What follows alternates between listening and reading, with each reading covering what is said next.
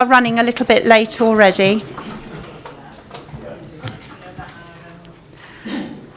Can I extend a very warm welcome to our visitors from Powys? It's lovely to have you with us today. My name is Jane Pratt, and I'm chair of this committee. I think it would be helpful if we started by introducing ourselves. I'd also like to welcome a member of the public, Peter Sutherland. Mr. Sutherland, thank you very much for coming along today. So, if we... Good morning, Roger Hoggins, Head of Operations. Hazel Clatware, the Sustainability Policy Officer. Carl Tewig, Head of Waste and Street Services. Rebecca Blout, Waste Education Officer. I'm Val Smith, Councillor Val Smith, representing Lampaddock, member of the committee, and the lady on my left is one of our scrutineers for today. I'm Jackie Charlton from Powys County Council, and if anybody's interested, I have Lucy, my hearing dog, under the table. So if you hear some funny scratching, it's Lucy that's having a scratch. Good morning. I'm Councillor Edwin Roderick, representing Powys. Thank you. I'm Councillor Anne Webb, and I represent Clinton and St Albans in the Monmouth County Council. Thank you. Morning, County Councillor Roger Harris, Cresson Ward in Abergavenny, and a brand new member of this committee. Richard Roden, Dixon with Osbaston member, and a member of this committee. Thank you. I'm Councillor Tony Easton, Caldecott in the southeast corner of Monmouthshire. Vivian Mitchell, Transition Monmouth and Plastic Free Monmouth. Grant Neal, I coordinate the Plastic Free campaign in Chepstow. I'm a member of Transition Chepstow. Tim Melville, I'm the coordinator of Transition Chepstow, working for with Plastic Free Chepstow. Hi, I'm Sue Harrison. I'm coordinating Plastic Free Abergavenny.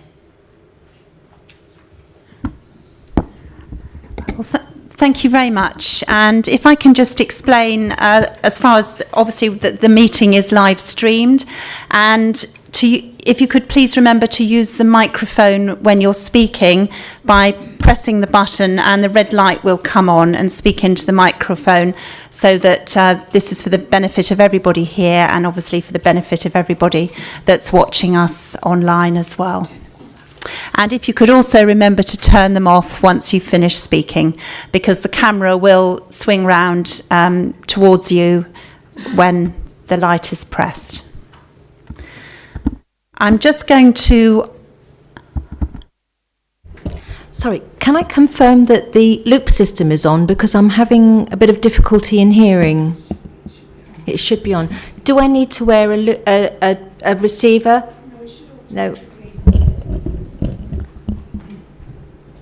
Okay, Jackie, we'll check that and get Thank it you. fixed. Yeah, I can hear some, but not all. It's very, and I've just tried turning to loop, and I couldn't hear. So I'm just hearing through the microphone at the moment.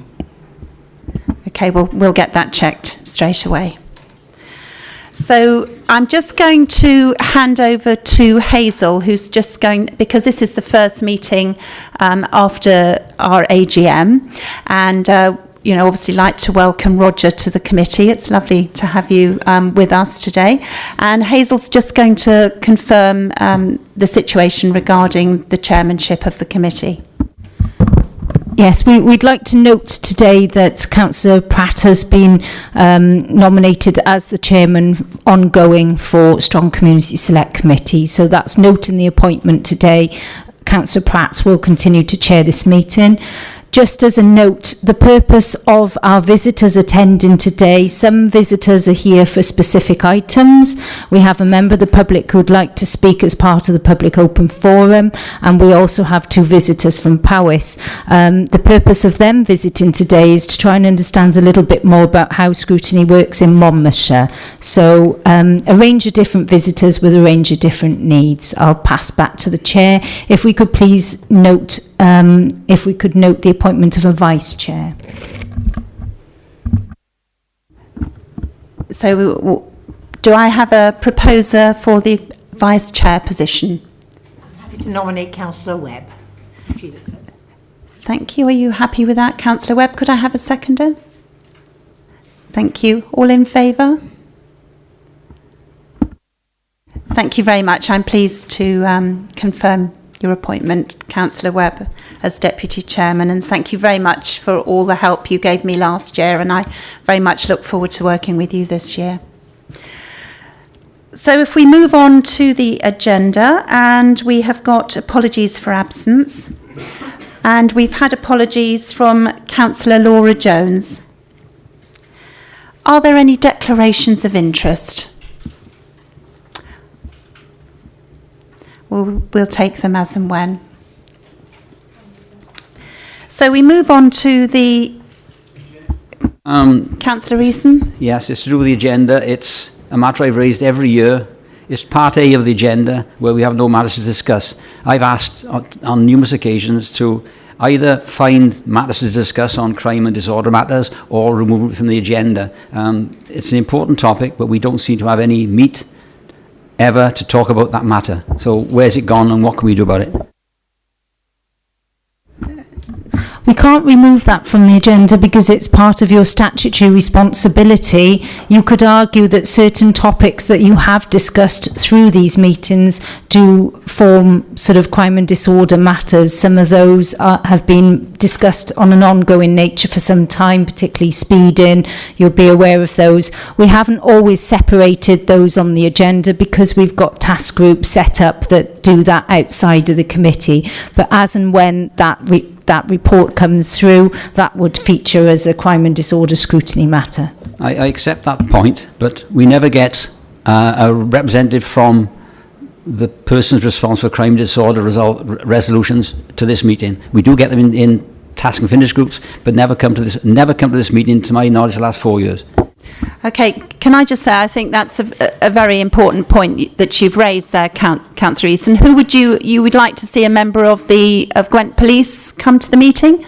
Well, the appropriate officers would be responsible for whatever the topic may be. Somewhere along the line, we need feedback from those. But I understand where Hazel is coming from. We do have pardon my voice. We do have task and finish groups, but we don't seem to get the representation of this particular committee meeting, which is live streamed.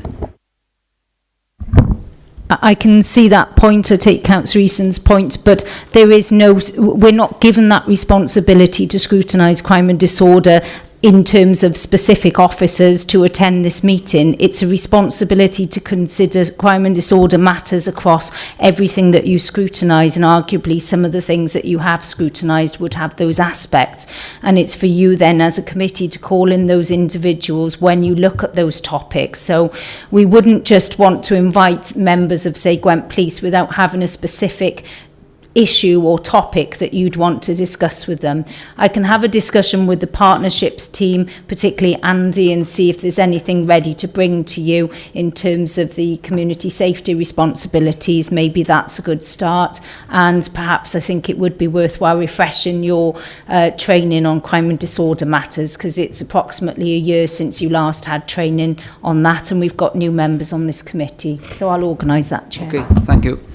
And I think, thank you very much for raising that issue, Councillor Easton. And I think the other thing is that, you know, if any members feel strongly that they'd like a certain person or an organisation or group invited to our meeting, then, you know, we just need a bit of warning, really, and then we can invite them along. And it would, and it's lovely to see different people as we've got today. And I'm sure that under, you know, we were talking about plastics. I can't imagine that the problem of litter, for example, isn't going to come up under that, and fly tipping. So, thank you for raising that. So if we now move on to the public open forum, and I'd like to invite Mr. Sutherland to ask his question. Thank you, Chair, and once again appreciate the time that you give us to put the questions to you. And if I could also thank Roger for giving up time to be with us to answer some of our queries. And indeed the unsung heroes, Hazel and her colleagues, who always make us feel most welcome when we come to these committees and put us at our ease, etc., etc. So thank you for that. But as I always say, that's the good news. On May the 9th, our Olivia Beaumont, our committee clerk for Lambaddock Community Council, wrote to you regarding speeding through Lambaddock via Lambaddock Church, movement of livestock across the road, and indeed slow-moving farm machinery. While we got an acknowledgement on the day, it was made clear I would be attending this committee, and we're disappointed as at 8:30 this morning we had no response. If we have had one since, or we've missed it, I stand corrected, but I would welcome, and we would welcome as a community council, a swifter response. A fortnight, I think, is long enough to at least give us some information.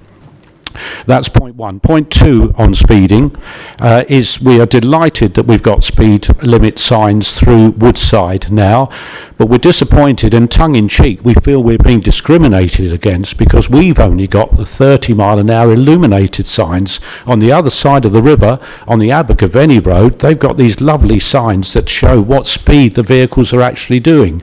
We don't know which is the more effective, but we would welcome a comment on that and whether we stand any chance of being upgraded. I have to say, as I said to Roger earlier this morning, the most effective speed inhibitor through Usk at the moment is the traffic lights at the bridge. We wonder if they could remain in place, but that again is slightly tongue-in-cheek. I've got one other query beyond this one, but if we could perhaps, if it was with your agreement, deal with the speeding issues first, that would be good. Thank you. Thank you very much, Mr. Sutherland. And can I just ask who you wrote to when you wrote 2 weeks ago, just so that we can clarify that point? I have to be embarrassed enough to say I can't recall. We wrote to Monmouthshire County Council, and I apologise to the committee. I don't have those details with me. I have an impression it was responded to by an admin section rather than an operational manager, but I do apologise. I should have had that information with me. Okay, thank you. If I could invite Roger to respond to your valued questions. Thank you, Madam Chairman. In relation to the letter, I will check where that letter lies and what progress has been made with it. The basis you've had a response suggests to me it's either gone directly to our highways generic login system, or possibly to one of the officers supporting the community councils. I'll check that and see where that response is. More generally, we are trying to improve our response to various pieces of correspondence and trying to improve the level of information which we're providing to our members as well, with various schedules of works going out and the like. But I will check that one in particular, Madam Chairman, and ensure that the clerk does receive a response. I wondered when somebody was going to say they prefer the ones which say the speed rather than say 30 mile an hour. Thank you, Peter, for coming in. It's a moot point. We seem to hear some people who prefer the one which just highlights this, that it's 30 mile an hour area you're entering, and others who would prefer the ones which indicate the speed. And we have, in various places around the county in the last month, put them in of varying types. I'm not 100% sure how to get the feedback on it. Generally, we've had very good feedback that people consider them to be effective, in that people do seem to be taking notice of them, irrespective of whether it's saying 31 or 32 or 29, or whether it's just flashing the 30 with the orange beacons alongside it. Whether we can swap them over and see whether it makes any difference is possible. I think at the moment we're probably just going to stick with the fact that we have installed these. I suppose more generally you'd say that isn't the end of the piece of work. There is more work to be done in relation to speeding, and we have done some work with members in looking at in quite some detail about how that might be managed in the future, and that is going to be coming forward to a public workshop at some point also in the future. So in relation to those signs, grateful that they've been well received. The jury's out on which one is the best, I think is the best way to put it, because we have put in both sorts in different places. I think that's both a response if Mr. Sutherland or Councillor Sutherland. Thank you very much, Roger. Mr. Sutherland, would you like to come back? Thank you, Chair. Just the issue on Llanbaddock Church and the slow-moving farm machinery, that one, I wasn't sure I heard an answer to that one, Roger, whether that was covered in the generic response you gave me, which was satisfactory, but I just wondered, we've got a specific member of the public raising the issue with the Community Council, and we would want to go back to her and give her an update on that. Apologies, Chair. My apologies, Madam Chairman. I assumed that was in the letter. If it's a separate matter, then I know Peter's got my email address. Email that directly to myself, and I'll ensure that individual gets a response if that's okay. I'm happy with that. Could I just raise my final point this morning, which is we're delighted that a Steam Heritage Railway has offered, and in agreement with the landowner, to remove and refurbish the old Weybridge office by Usk, what was Usk Station. We're in contact with the Steam Heritage Railway, and it will be recited in Monmouthshire, which is good news, and it will kind of look as new. The Heritage Railway have run into some issues with the County Council regarding something called CDM regulations, which I understand are construction design and management regulations. This seems to be overkill to us, but perhaps it isn't to the County Council, who will have liabilities, I'm quite sure. Again, could we just ask if there's any way we could just ease that friction and maybe move it forward quite positively before the hut falls down? Thank you. Thank you. So that's, is that a question for you, Roger, or is it something that we'd need to come back to Mr. Sutherland on and look into? We will have to come back to Mr. Sutherland. Although I haven't dealt with CDM for some years, I am familiar with it, and I would suspect that actually if they're going to carry out that works, the individuals carrying out the works will be relatively familiar with CDM. But if I guess it's probably gone through our estates department, so I can have a word with them and see what the position is there. Well, thank you very much, Mr. Sutherland. Are you happy with that? Yes, thank you very much indeed for your time. And you're very welcome to stay if you wish to. Chairman, can I, just as the local member for Llanbaddock, support Mr. Councillor Sutherland in all that he says? Regarding the signage, I personally think that the ones that show the variable speed are better, because you reach that sign at Woodside, it says 30, fine, I'm driving into a 30 mile an hour. What I don't know is the fact I'm doing 46 or 50 as I sail through Woodside. And the location of the other sign coming out, I don't think is quite as good as it could be. The other issue that's been raised, long-standing, the speed adjacent to the area at Llanbaddock Church and the signage there. So I thank Mr. Sutherland for representing the community in this committee, Chairman. Thank you. Councillor Harris. Thank you, Madam Chair. Yeah, I'd like to reinforce the effectiveness of the variable sign coming in from Abergavenny, which is the way that I come in. This morning, it flashed that I was doing 34 miles an hour. I thought, it really is very, very effective.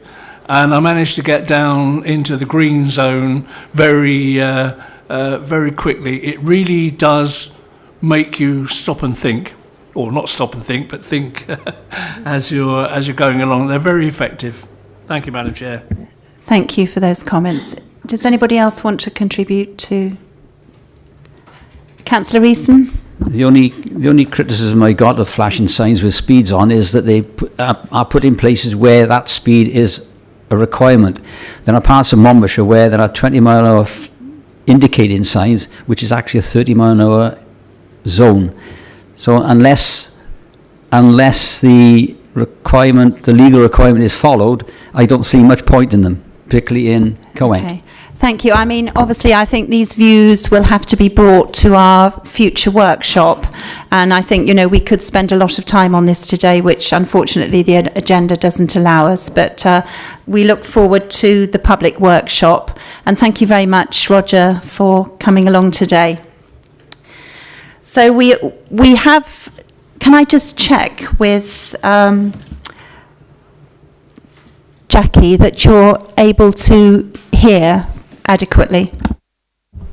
It's okay, but it's not brilliant. But I can cope. And yeah, I don't necessarily know where the sound is coming from, and it's good that if I can lip read as well. So, but thank you very much for asking. That's very good. Thank you. Okay.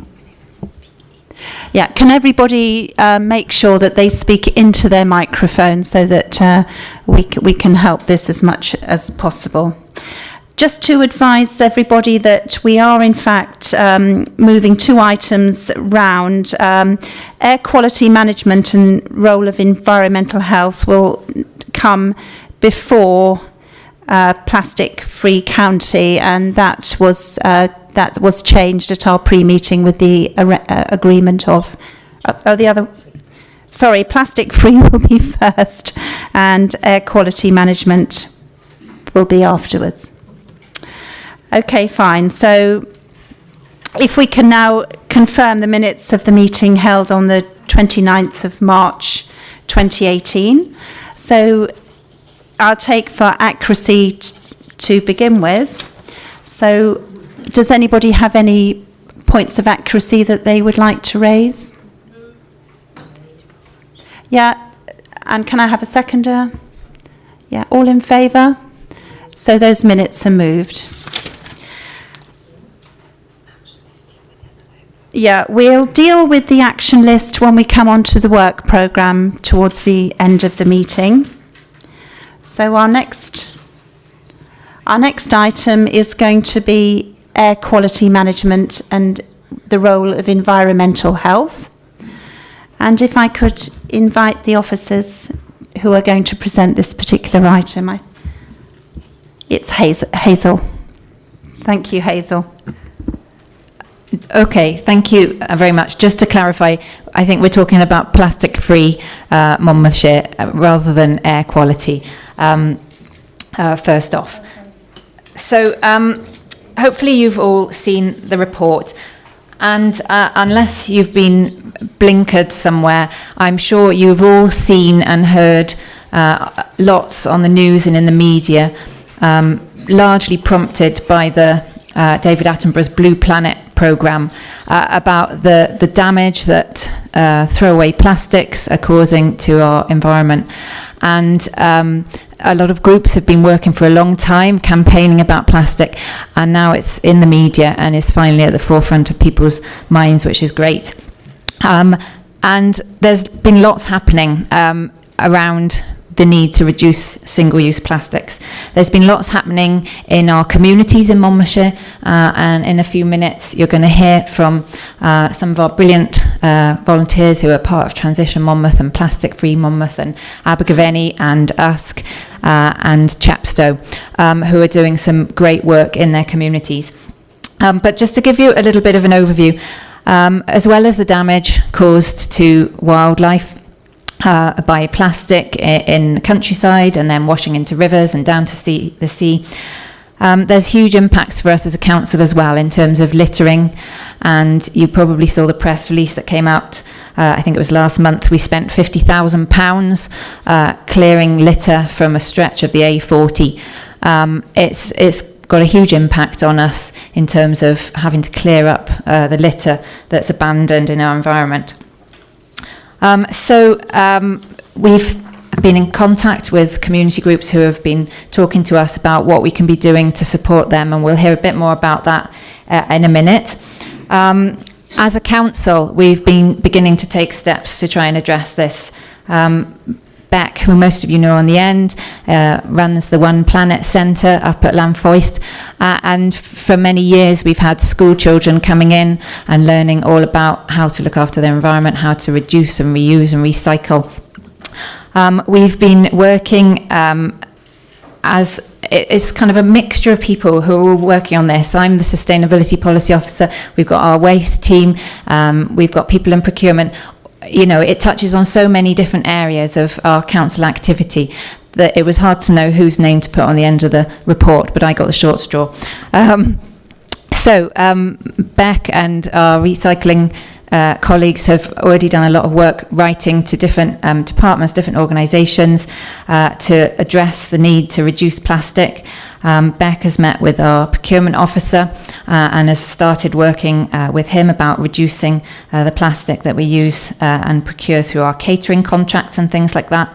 If any of you ever go to the cafe in Coleg Gwent, just over the road here, you will notice that there's a lot of polystyrene and a lot of plastic cutlery. Beck has written to them, and we've had a very positive response back from the Chief Exec of Coleg Gwent to say that they're looking at reducing the amount they use. They're going to be bringing metal cutlery back in, making sure recycling facilities are available for any waste that is generated, stopping selling stuff in bottles and using cans. So there's lots of positive things to report there. Some of you are sitting here with plastic beakers or plastic cups and disposable cups. That's an area that we are planning to look at, reviewing. The waste team have already started working with local businesses, and you may have seen the Codfather. Is it the Codfather? Yeah, the Codfather in Abergavenny are now using cardboard packaging rather than polystyrene packaging, which is great. And you will see some postcards which Beck and her colleagues have had produced, which the idea is that members of the public can hand them in to their local takeaway or to their local supermarket, saying, look, we think this is important. We'd like you to be reducing the plastic that you're using. We've got a really good network of litter champions who are working in their communities to collect litter, and we're working closely to support them and give them the kits and stuff that they need and collect the litter that they're collecting for us. So there's lots happening in various different parts of the council. Then, of course, at a national level, Welsh Government and national government, every couple of weeks there seems to be a new announcement about something that they're going to reduce. They're looking at things like deposit return schemes, banning plastic straws and cotton buds. So there's lots happening at a national level, and also in terms of industry. And it was nice that Iceland, a Welsh company, are leading the way and have committed to reducing all plastic in their own packaging in the next 5 years, and many of the other supermarkets are now following suit as well. 40 companies signed up last month, including Coca-Cola, Nestle, Procter & Gamble, to introduce targets to reduce their single-use packaging. So it just feels like the time is right now to start thinking about this and having perhaps a more strategic approach as an authority, working with our communities, working with our businesses, schools, and so on. What we're proposing, Surfers Against Sewage have for many years campaigned to reduce plastic littering, and they have got a kind of scheme whereby a community, usually a town, often a coastal town, but not always, can take a number of steps, 5 different steps, to commit to reducing plastic, picking up litter, working with businesses, working with communities, and taking kind of resolution as a town level. So plastic-free status is what it's called. Plastic-free coastlines is the model that Surfers Against Sewage are promoting. It's early days for that to be done at kind of county level, but we've got 4 towns who are already working towards reducing plastic. Some of them are looking to become plastic-free towns with Surfers Against Sewage. And the motion has come from the community groups to say, look, wouldn't it be good for us as a county? There's lots happening, lots in the pipeline, lots we need to be doing. Why don't we commit to becoming a plastic-free county? we've had conversations with Surfers Against Sewage, and because it's sort of changing and evolving all the time, it's a new area for them, looking at a county-wide approach. We're kind of almost in discussions with them about what that would entail, but there's a number of key components that would require. So you should hopefully have a sheet like this with a number of bullet points on, and the recommendation that we're making is that we take these steps to become plastic free. Just to be clear, plastic free doesn't mean that, you know, you'll drive across the border into Monmouthshire and there will be no plastic in the county. It doesn't mean that. Plastic has its place in society, but there is a lot of unnecessary plastic that is used and disposed of irresponsibly and not recycled, and that's what plastic free is about. It's not saying there will no longer be any plastic in our county. It's saying that we're actively taking steps to reduce that unnecessary plastic. So the steps that we're proposing to discuss today is to making that commitment towards working towards that plastic-free status. Looking in-house as a council at our own single-use plastics and looking at ways to reduce unnecessary plastic use in-house. Supporting some of the voluntary and community action that's already happening in our towns to reduce plastic and support the litter picks that go on in the community and so on. Working with schools, businesses and other partners to reduce plastic use. Working with event organisers. When, you know, we host quite a lot of events in the county, begin to work with those organisers to look at reducing plastic and disposable waste as part of that. And then making a commitment to have that ongoing kind of partnership and cooperation with our community groups who are working on reducing plastic to kind of coordinate things centrally as a county. So that's kind of the proposition really. Obviously it ties in very well with the Wellbeing of Future Generations Act, which looks at our responsibilities socially, economically, environmentally and culturally, and plastic and littering has an impact on all of those different areas. And our corporate plan as well sets out some specific goals about how we are aiming to reduce waste and contribute to a circular economy. So it aligns very well with our kind of strategic goals as an authority. So if it's okay with the chair, I'd like to hand over now to the groups who are just going to give you a flavour of what they've been doing out and about in the towns over the last few months. Okay. Thank you very much. And can I, before we do that, thank you very much for coming along and for all the work that you're doing. And I think, you know, what's very clear to all of us from the report is how much we rely on volunteers in our community, both to do the litter picking and to drive this forward. So thank you. And who should we go? Sue, is it Sue? If you'd like to start first, Sue. Hi, I'm Sue Harrison. Can you hear me? From Plastic Free Abergavenny.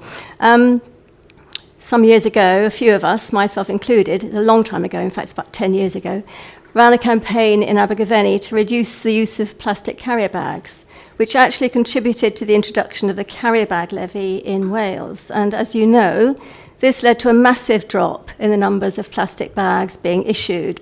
So it proved that community campaigning can actually work very effectively. At the time, we knew that this was only the tip of a huge plastic iceberg. We had a public screening of a film called Message in the Waves in Abergavenny then, which was all about plastic litter on the beach in Hawaii and in the sea around Hawaii, and included heartbreaking pictures of albatross chicks with plastic toothbrushes, plastic cigarette lighters, etc., in their gullets, dead on the beach. So quite hard-hitting.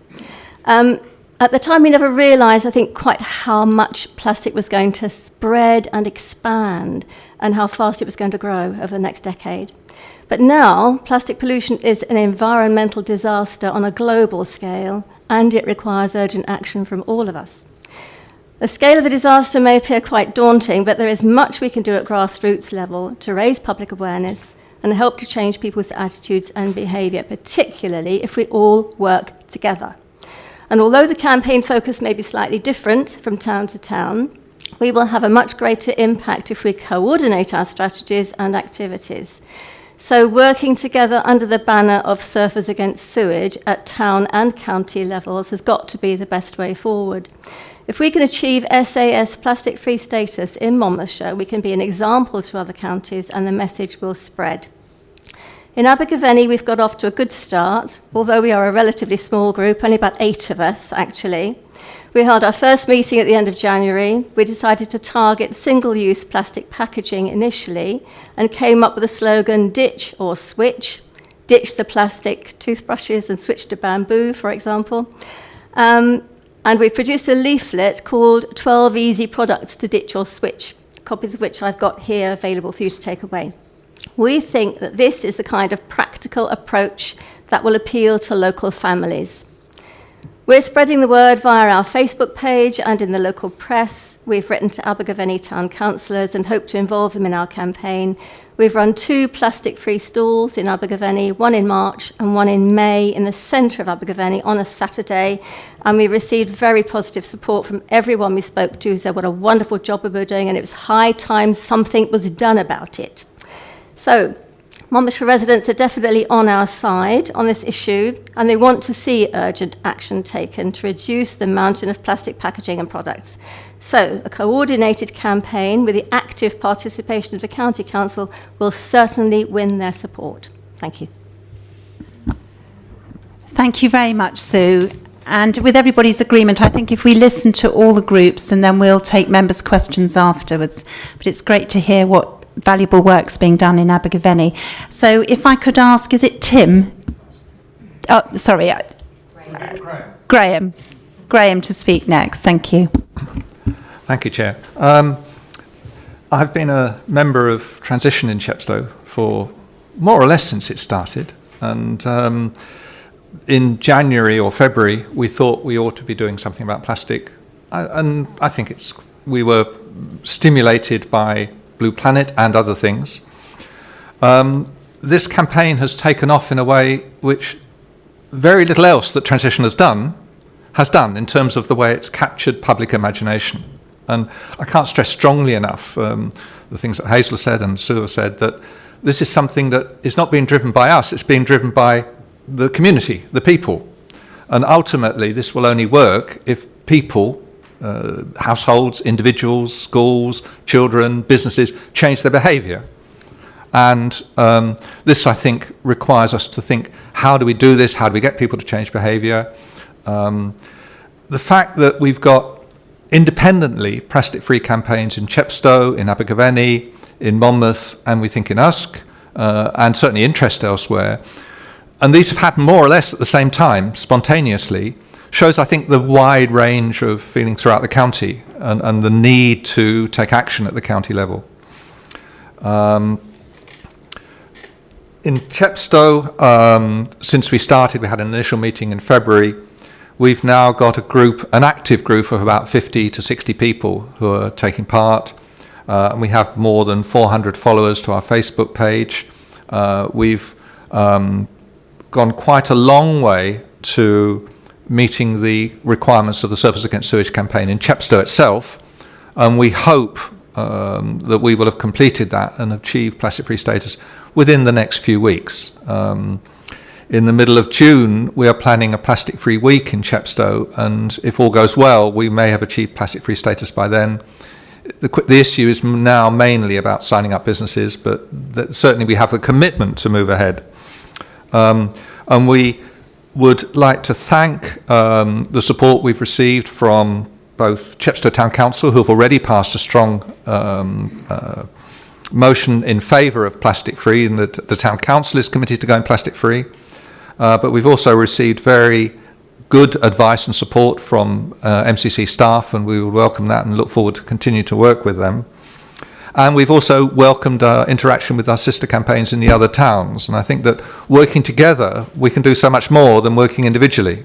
And I think this is one of the real reasons why we would encourage MCC to take action in this area. We think that with the support of the County Council, then we actually can have a much bigger impact. We can reach areas that we haven't covered yet. But maybe Tim can follow on. We think that working together, towns and communities of Monmouthshire, to make a plastic-free county is important. It really is the essential next step for Monmouthshire to become a plastic-free county. That knowledge and experience can be shared, and it can make a real difference to our environment and also the future of our countryside, our shorelines, our rivers and seas, and our tourism, which is such an important part in Monmouthshire. We think all of us in Monmouthshire have a special responsibility. We live close to the sea by two important rivers flowing into the sea. We have an outstanding area of natural beauty and one of special scientific interest. To make a difference, though, we need to change people's behaviours, households, local businesses, community groups, and thousands who come to the county, as tourists every year. As volunteers, we can achieve some initial success, and indeed we have done. Businesses are signing up. Polystyrene is being eliminated from many of our takeaways, which is a very good start. But working together through local government, we believe throughout the county we can achieve so much more. We are keen to be part of Plastic-Free Monmouthshire, but we need to be active and support the council. We need your support. If we move fairly quickly, Monmouthshire can maybe be the first, if not one of the first counties in the United Kingdom, and I would urge Monmouthshire to be the first. I'm proud to live in that county. Finally, the time for action is now. This is an important point in time. The public interest is high, but it will wane over time, and we need to strike while the tide is with us, forgive the pun.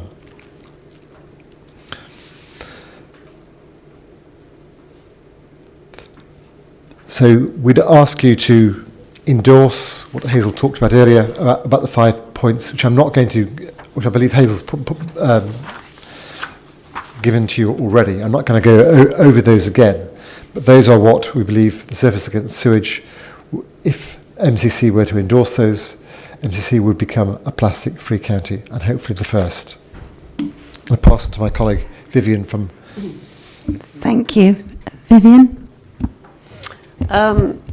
Thank you. There doesn't seem to be much left to say. They've all said it. It's interesting that we all started with getting rid of single-use carrier bags about 12 years ago, all because a wildlife photographer made a splash. She lived in Modbury, and it was called Doing a Modbury, Get Rid of Your Single-Use Plastic Bags. And we all...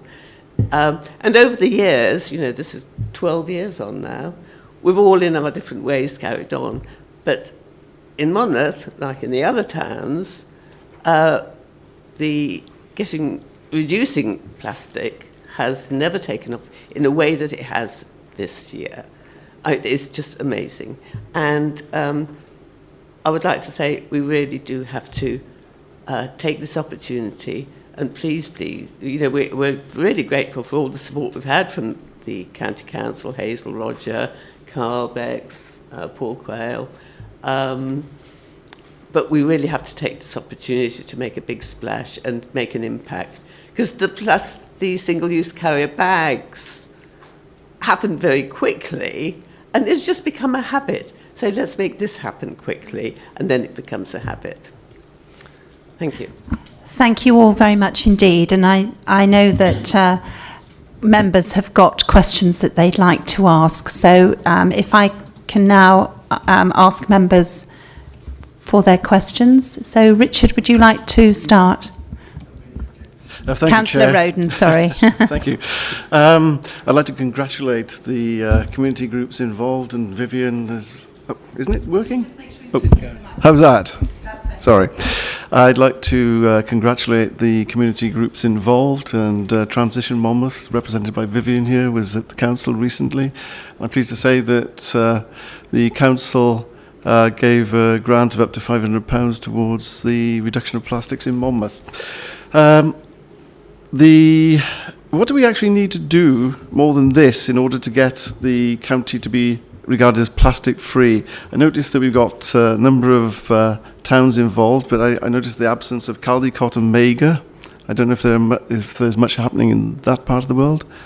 And secondly, the law of unintended consequences. I can't think of anything that this is going to harm, but I just wondered if anybody here could shed any light on that aspect. Okay, thank you. Thank you, Councillor Roden. Hazel, did you want to come back? Yeah. Like I said, because it's a kind of emerging area, the county-wide approach, if you look at what a town has to do to become plastic-free, there's 5 specific criteria. There isn't for becoming a plastic-free county, but Surfers Against Sewage are very keen for people to collaborate and work together on a county level, and they've indicated that these things would be what's required to become plastic-free. There isn't a time scale set on it, but if we make a resolution to do all these things, and I would suggest perhaps the role of this scrutiny committee could be to receive kind of updates on what's going on at a community level, but also scrutinise what we're doing in the council kind of capacity, then that would be our plastic-free county status if we commit to making these steps and have that ongoing dialogue through regular liaison with our community groups and perhaps the scrutiny at a county, council level of what the council's doing. The second point about the unintended consequences, yes, completely get that, and I think what all of us, community and council, would encourage is to actually think, do we actually need that product in the first place? So rather than just thinking, let's try and switch from a plastic cup to or a plastic spoon to a wooden spoon, there may be implications for the wooden spoon. Yes, it's biodegradable, but where is the wood come from? Is it a sustainably sourced wood? So I think the first kind of tactic really would be, or do we need them in the first place? Okay, spoons we do need. Metal spoons would be the preferable option that you can wash and use again and again rather than disposable in the first place. But certainly, whatever we would look to do in-house, and I think the community groups would say the same with the work that they're doing in the town. We don't want to just shift away from plastics and generate some other unintended environmental implication. So we would definitely need to be aware of that. And if we were looking to reduce the need for something in the first place altogether, like a straw, rather than switching to paper straws, actually, do we need straws? Can't we just use our lips? That kind of thing. Thank you. Did you want to come back, Richard? Councillor Roden? No, that's a very reasonable response. Thank you very much. Councillor Eason? Yeah, thank you, Madam Chair. Glass. I applaud all the work that's being done by voluntary groups. There is work being done in Caldicot and Mega. They are litter pickers, but they're not as prominent as you are. My concern is, as you said, making the stuff in the first place. I worked in the steel industry where every bit you could recycle was recycled because it meant money. And really, that's what it should be for our society. Every bit we produce, if it's wasted, is making money, is losing money. For example, these things. Are they really necessary? You can't take them back because you can't reuse them because of David Tell licensing reasons. But these things should be in a position where they can be taken back, used again properly. I got 30 odd in my garage. They are recyclable, but they're a waste of resources making the damn things in the first place. So I think we should, as politicians, begin at the top, whilst our volunteers are doing the cleaning up of the messes made by society at the bottom. I was in the supermarket the other day. This thing here, it's 100% compostable. London Bio, I won't advertise it, but it's 100% compostable. The only thing is at a plastic top. So there was still a need to change that philosophy. But in terms of recycling, we got to reduce the amount we need to recycle, but maximise what we do have to recycle. We went to Cardiff a couple of weeks ago, saw the incinerator plant there. There's a lot of stuff going in there, and it's getting greater in quantity year by year. And for it to be efficient, we need to reduce the amount that's going in. I know it produces electricity and not what, but we're overloading these sort of places by stuff. If we can't use them, we burn them. Burning them, we send more problems into the atmosphere. I know that there are reasons in Cardiff where they keep it down. But we've got to start as politicians at the head of the well.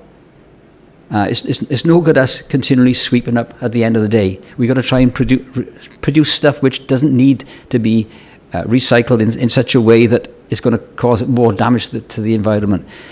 You go back some while ago, we were seeing you clean your teeth with these little bobbles in your teeth. And, well, what the hell are they in there for? If you want to clean your teeth properly, use a bit of salt. But no, they're going to be banned. They've gone into the water courses, down the rivers, into the sea, and now we see, as you see in Blue Planet, all the problems they cause. I can go on all day about recycling. I can go on all day about reproducing waste, but I think that we've got to start at the head of the well as politicians and chase our other politicians, as you did through Abergavenny and others, about the plastic bag charge. Everybody criticised it when it came in. A lot of criticism in England when they were 2 or 3 years behind us when it came in. And we need to go down that route. Yes, ban plastic straws, ban this, ban that. But if we've got to use these sorts of things, make it legally available for them to be used again. You cannot take that back to a takeaway because of the health and safety reasons. I've just asked David, how many takeaways have you got in Monmouthshire? So how many of those are passed out every day? How many are wasted every day? How many go back into the system every day? Thank you very much, Councillor Eason. It was more of a comment really than a question, but obviously you're very much on board with this, Councillor Eason. Councillor Dimmock. Thank you. I've got a few questions for you, Hazel, and also for the groups at the front, and I'm sorry if I missed. I was having IT problems, so that's why I was in and out like a yo-yo. I'm all for this. As we've all watched David Attenborough, I think it rose passion in everyone. The recent photographs that we've seen online of the seahorse with the cotton wool bed, or earbed, sorry, the bird in the bag, it's disgusting and we have to change. I'm delighted we've got such passionate people in our county who care about our county and our world, like yourselves at the front. But Hazel, how do we compare to other authorities? Is there anyone leading the way? I know Cornwall took a stand and said they're going to reduce plastic or going to be single plastic free. Is anyone actually being successful at this at the moment? Carmarthenshire last month passed a resolution very similar to this. I don't think they had the same level of kind of community involvement that we've got here today, but they've passed a similar resolution to look to reduce their own plastics and support communities who are doing the same. And Anglesey, I think, too, going along that road as well. A lot of the coastal towns, rather than counties as well, are signed up to becoming plastic free. So there isn't actually anyone who's currently successful at it at the moment. So we could actually lead the way. Monmouthshire could triumph this, really. We'd certainly be one of the first. I think in terms of the Surfers Against Sewage, I think probably the first council that kind of signs up to the Surfers Against Sewage model, although other councils, as I say, are passing similar sorts of resolutions, Thank you. Obviously, operations, we've got a great recycling facility, but this is my questions to you. What attitudes and problems are you facing dealing with the public and trying to get them on board so we can understand why people are against it or don't want to make that effort? Thank you for those questions, Councillor Dimmock. Who would like to? Are there anybody would like to come back from our volunteers? Graham. Thank you. I can't answer technically, but it seems to me that one of the problems is lack of knowledge. You only have to go for a walk, and I enjoy walking. Monmouth is a great place to go walking. There are wonderful places to walk. But on the paths, on the roadsides, you will see litter that has basically just been tossed out of cars or dropped by people going, because they don't think about it. They don't know. So I think there's a knowledge issue. And if you told somebody that if they threw a plastic bottle there, it would be there in 400 years' time, I'm sure most people wouldn't think about that. So I think it is partly education, it's partly awareness, and these campaigns are as much about raising awareness, and that's why I think Plastic Free Monmouthshire would be such a powerful tool, because it would raise awareness at a county level. And it's also about giving people the power to say no to things. I mean, go into the supermarket and give them back the packaging. They're prepared to take it. It's not a problem. There's no dispute about this, but most people don't. The plastic film that Monmouthshire can't recycle can be recycled at major supermarkets. Most people don't know about that. So there's a knowledge issue, there's information, and there's awareness raising. I think those are the key things from my point of view. Thank you very much. Vivian. Can I just add, I'm sure it's awareness raising largely. People don't think. There's a very nice shop in Monmouth, had balloons outside it, and I went in, oh, yeah, here she comes again. And they showed me their lovely paper packaging and their lovely paper bags, and I said, what about the balloons? And they said, we didn't think. Thank you. I'll take the next question now from Councillor Harris. Thank you, Madam Chair. Interesting listening to some of the responses there. People don't think about winding down a window of a car and chucking litter out. They do think about it. They don't care. And that's the trouble. We've got to be perfectly blatantly obvious. If you've got to do something physical like that, to throw rubbish out of a window, you know exactly what you're doing and why you're doing it, because you're too damn lazy to do anything else about it. And we've got to get that reinforced into people's minds. To my mind, the most passionate people on the planet about recycling, etc., are in the primary schools, because they've got to live the longest, if you like, with the rubbish that we produce.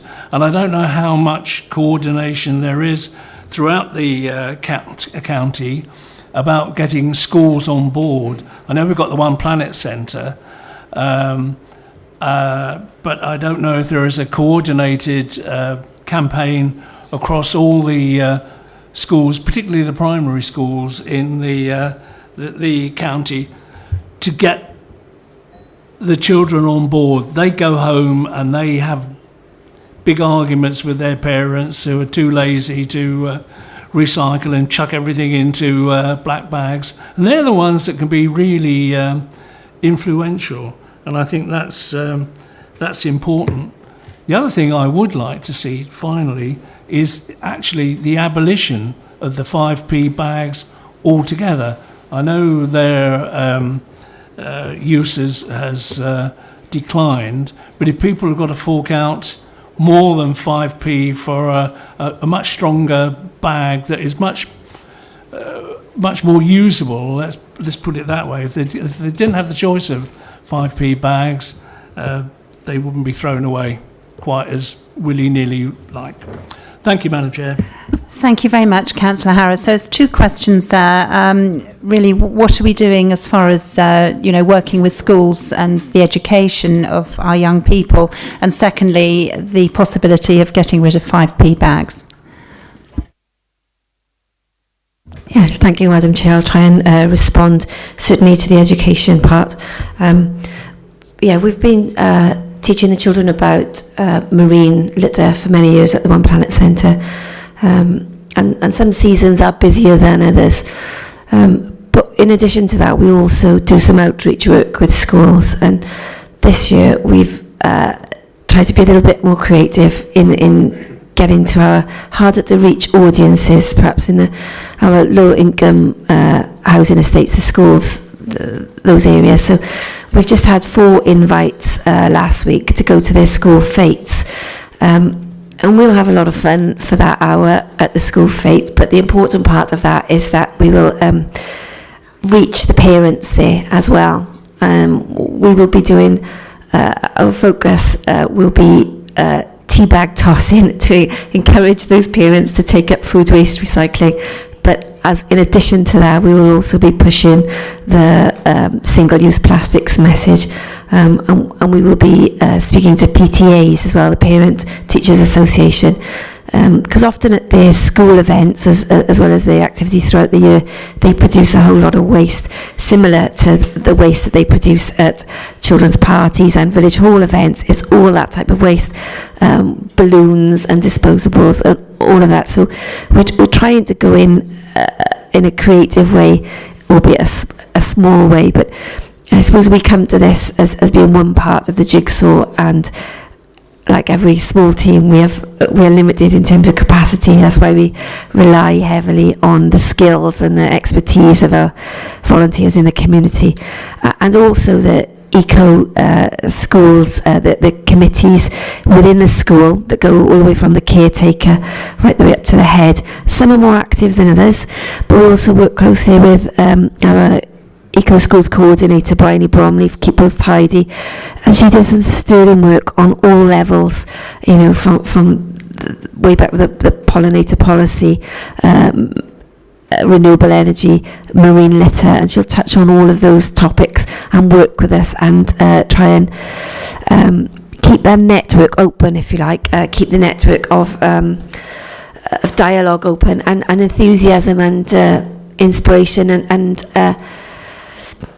the resources, the educational resources. And of course things are changing at such a pace in all areas, whether it be business, education, government, that it's keeping a pace of that. So our network of experts, if you like, are trying to keep us on the crest of the wave, rather than missing the wave. And so we certainly don't intend to have all the answers or to be reaching everybody, but we are giving it a good go. And there's also Carl's just asked me to mention Trident Park as well. They've got an education centre there which we work closely with and push to all our schools, promote to our schools. It's similar to the One Planet Centre in Lanfoist, and it's where our residual waste goes, and they greet the children there and talk about the energy that's used from that. So end of pipe, sure. We're trying to stay higher up the hierarchy with the reduction message now, and as Hazel said in recent weeks, we're pushing at an open door now, so that's a really great, and it's an exciting thing, and we're really pleased to be part of it. Yeah. Thank you, Becca. And if we could have a response, thank you very much for the 5p. We'll take a response to the second question, then I'll come back to Tim, if that's okay. I think with the 5 pence on the bags, Welsh Government is looking at a levy, a tax on plastic. It is inevitable that will include an uplift of the cost of plastic bags. I think with the deposit return schemes, the consequences for our recycling scheme, it will take plastic out of our recycling scheme. That plastic is worth value, but in general, we would fully support it. The reduction in litter on that side of it would be a very positive thing on that side. I think, as well as raising awareness, there has to be some legislative bite behind some of this. It's very good, excellent work with the communities. Great if we could be on board with it at a county level, but actually, as Councillor Eason said, we need to be pushing at the top politicians and really at the head of the well for this stuff of legislative change for all plastics. Thank you. And if I could bring in Tim and then Councillor Smith. As community groups, we've been trying to work with schools, and it's one of those things where it's been a joy. I'd be fair to say I think virtually all the primary schools that we've dealt with in Abergavenny, in Monmouthshire and Chepstow have active programmes encouraging students to reduce plastics.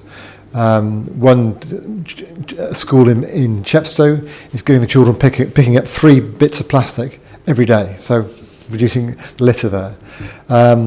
In particular in Chepstow, it is part of our plastic-free campaign that we actually have a competition where all the schools are actually building a sculpture out of old plastic straws and litter that is collected. So the schools, I think, are an open door policy, and I think it'd be excellent for MCC to actually continue that work.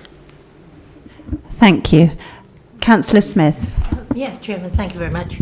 Not a question, just a comment really, because I'm thinking now that my motion that was rejected those years ago by this forward-thinking, innovative council for deposits on tins and bottles, I got laughed out, didn't I? So it might have got through this time. The thinking was there some years ago. I couldn't convince my colleagues that it might be a good idea. The other issue of sewerage, if your sewerage is properly treated, you have a valuable product at the end. I've never understood why it has to be discharged into the sea, and it was previously, there have been some awful incidents. We should be looking forward big time. There is no necessity to discharge sewerage into the sea. The treatment system is there. At the end of that, you have a valuable product. We can't do anything in that line ourselves. That's not our role. But we can put our body behind and ask the water companies, or suggest that, actually find out what's happening. And that's brought to mind a place I've never managed to get to. I did when it was being constructed, but it might be interesting for us to visit, is the Cardiff sewerage system. I don't know if Roger's ever been there, but it is a huge complex. It's a very good, up-to-date system, and it might be interesting to consider a visit. So yes, I'd like to put my motion again. I think I get it through this time, Chairman. So thank you. Thank you, Councillor Smith. Some important points there, and I think Becca would like to come back. Just to say that Surfers Against Sewage started off with that as being their main raison d'etre, if you like, to clear up the ocean of sewage, because they were becoming ill from it every time they went out in the water. They've moved in the last decade to the marine litter with the plastics as their biggest issue, biggest problem. But just going back to some education related to sewage, if you like, Welsh Water too, they've also got an education arm, and they actively go out to schools in Monmouthshire. So I've been to some wonderful assemblies in Raglan and Usk, where the education officer, she's had the children dressed up as all manner of things, but the main message is not to put wet wipes down the toilet, which is a big thing. So she's actually in Rwanda at the moment, so when I go out and I do a bit of work with the children now, I'm inspired by her work, and I'll take the wet wipe message out in the workshops that I've learned from her. So there's much sharing of resources and ideas, and I did a school yesterday and took the book from Charlotte down in Chepstow, the one that came up from Cornwall, about letting balloons go in the environment. So we are testing these resources as they come to us and sharing them, and the response has been really good. So it's tapping in, isn't it, to build capacity. Yeah. Thank you. Are there any other questions? Councillor Webb.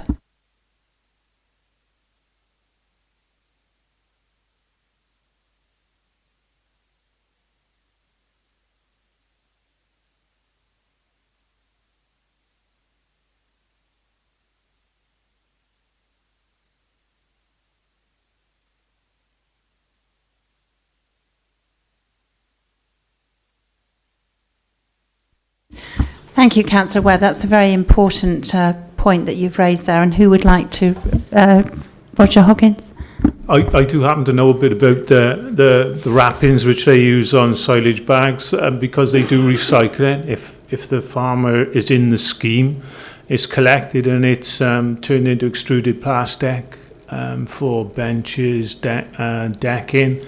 I've in fact purchased some of it myself. It is a good product, so they are using it. I suppose, unfortunately, farming as it is, the modern farming techniques do use plastic in that way. Years ago, it wasn't necessarily done like that, but on the scales they do it now, it does get used. But it is, if they're part of the scheme, it does get collected and it does go to recycling units. Councillor Webb. Are you happy with that response? Thank you very much. Yes, Thank you. Could I bring in it's Councillor Roderick? Thank you. Yes, I can just enlarge a bit on that. It would be helpful. We ourselves do that, and there is a company that takes all the plastic film. If you don't use this company during the cross-compliance part of your agricultural agreements, it will affect you, and payments will be kept back. So they're pretty stringent on it, to be fair. There is the all, like in every business, there is the odd naughty person, as they say. But generally these days, like in our area, for sake of argument, the company is Birch, which is the best well-known one.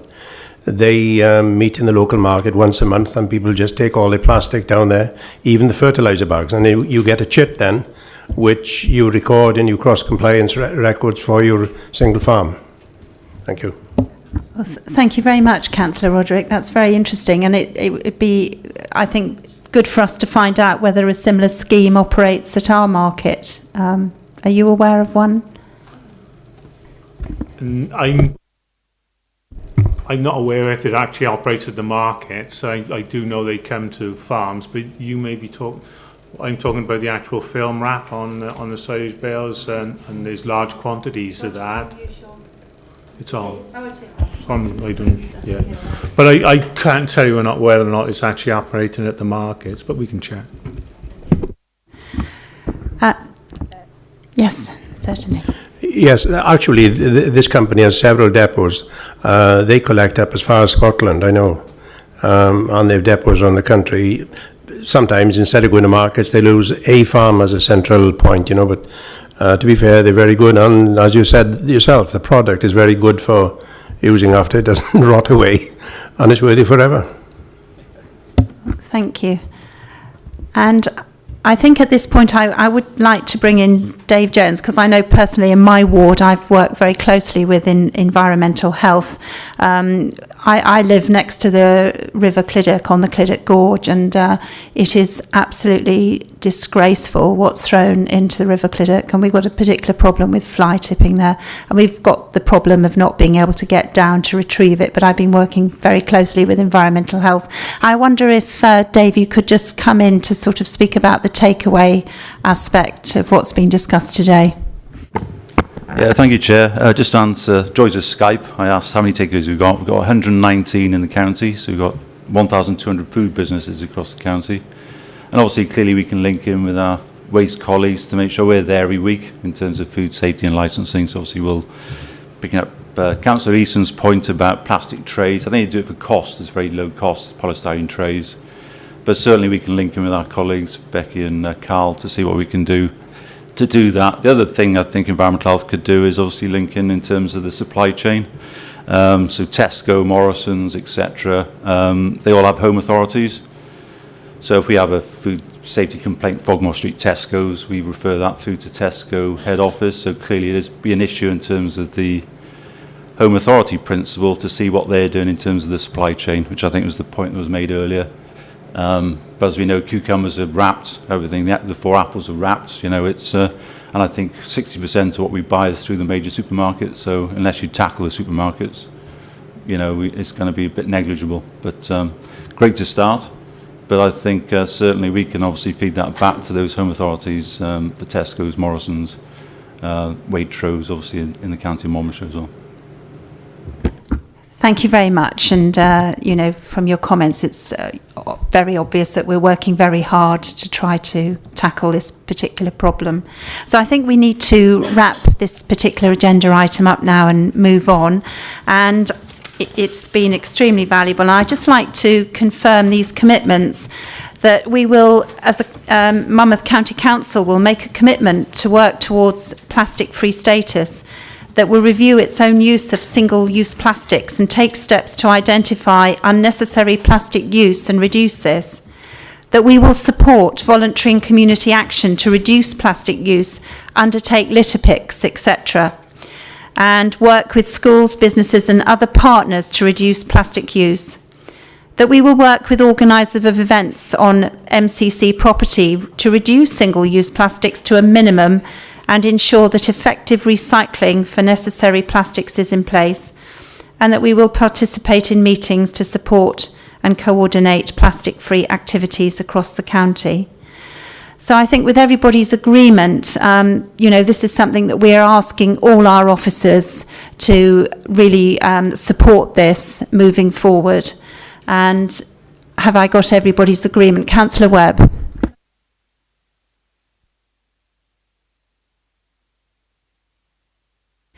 Is everybody in agreement? Thank you. And I think it would be appropriate, with members' blessing, that we actually issue a press release on our commitment. Madam Chairman, you may want to make that recommendation to Council, and for Council to take the resolution on it rather than yourself. Yeah. Councillor Harris. Could we organise a seminar? There's very few of us county councillors here at the moment. There's a vast majority that aren't. This is very important, and a seminar with as many as possible to talk about all the good things that are happening and other good things that we can do would be very useful. Could I bring in Carl and then Councillor Webb? We've got a waste workshop organised for the 5th of June, so I'm hoping all the members will be there. We will be discussing plastic at that. We will be presenting some of the ideas for how we're going to collect waste in the future, how we're going to reduce single-use plastic bags ourselves. So that's an opportunity to do that. We would welcome the opportunity beyond that to highlight and showcase some of the work we're doing with our community partners, both litter champions and plastic things, in a full seminar if members wanted it. Thank you. Councillor Webb.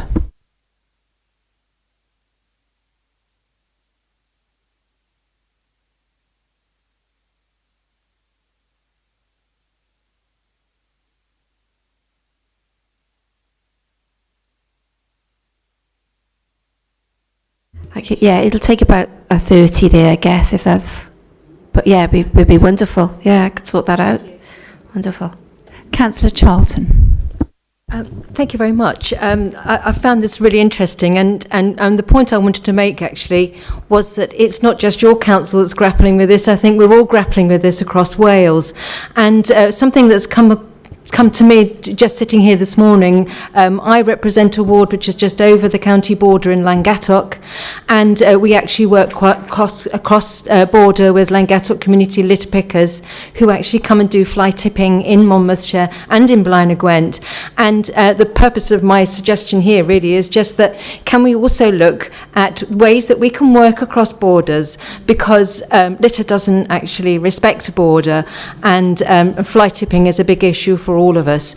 And just finally to add to that is that successful fly tipping sanctions have been taken in Powers just recently. Instead of taking it through the court, they do an on-the-spot fine, and that's beginning to work through, so people are being fined, and there's a recent fine in Newtown of £200 for somebody who's found fly tipping, and that makes it much easier for authorities to actually present sanctions, because going to court just takes too long and the success rates are very, very low. So I just wanted to add that to the mix, really. Thank you very much. And I think you've raised some very important points there about working together, and as you correctly say, and I've got a feeling that some of the waste that's tipped where I live actually comes from other areas. Yeah. Just on, obviously there's new provision come through for fixed penalty notices for fly tipping, so it's a national thing, so we can do the same in Monmouthshire. But the advantage of the occasional one, they're really bad, tons of stuff, they do tend to get fined 2,000, so we have had some successful cases in Monmouthshire. Hits the headlines, unlike an FPN, so we try and do both moving forward. Thank you. So just to confirm to everybody, what we've got here is the of how it will work in practice. I've just got to obviously bring everybody back to the recommendations under 2.1 and 2.2, which is what obviously we're recommending to Council. and everybody has said that they're in agreement with those. So thank you all very much indeed for your valuable contributions, to our visitors who've really made this such an interesting agenda item today. Thank you. And we look forward to working together on this critical issue. So we'll now move on to our next item, which is on air quality management and the role of environmental health. And if I could invite the officers that are presenting this particular item.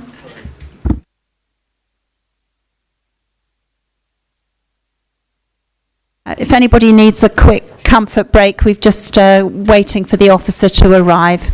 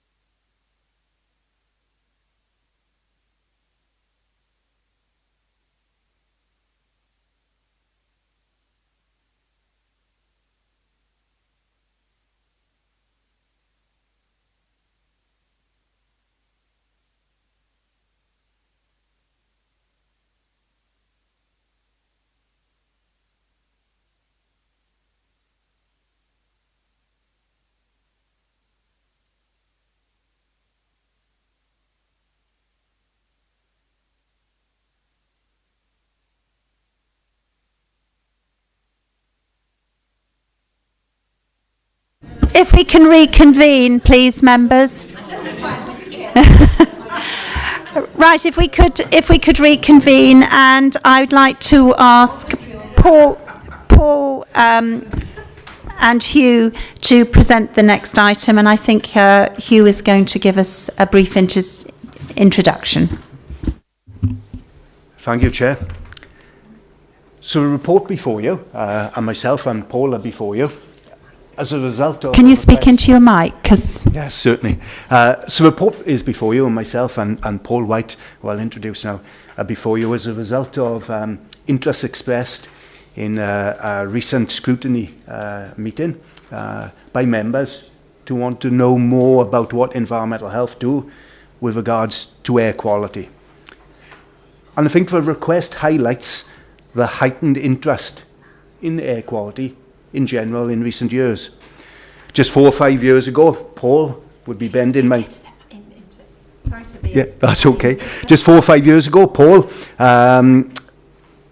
who's an environmental health officer in our team who specialises in the pollution area, would bend my ear and tell me quite strongly that our work in the air pollution field was just not getting enough attention by the media and by the public in general, especially given its public health significance.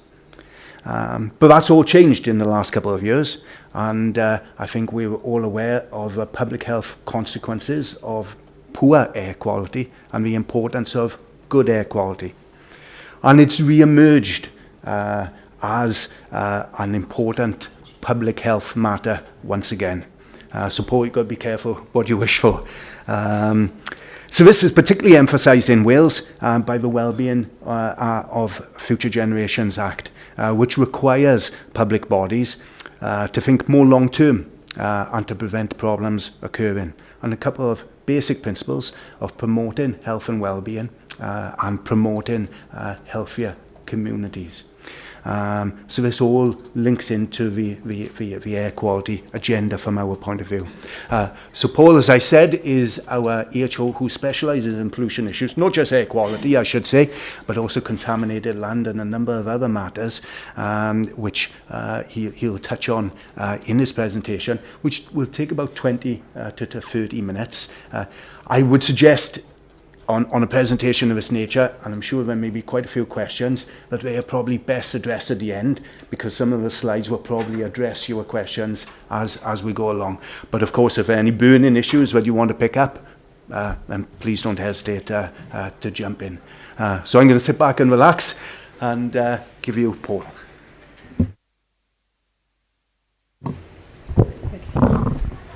Good morning, thank you. Can everybody see the slides? You need to literally have that microphone right in front of you. Yeah. Is that okay? Yes, it's... Got a lady with Cardiff here in the front row. Okay. It's to not pick up the sound. Okay. Okay, so as Hugh introduced, I'm going to talk briefly about environmental health's role in monitoring air quality in Monmouthshire. Can I just ask Jackie if she can hear? Jackie? Yeah, thank you. Thank you for speaking into the microphone. I'm deaf, so I need to hear through the microphone, and when you move back, I can't hear. So that's great, thank you. Okay. If you can't hear me, just give me a nod.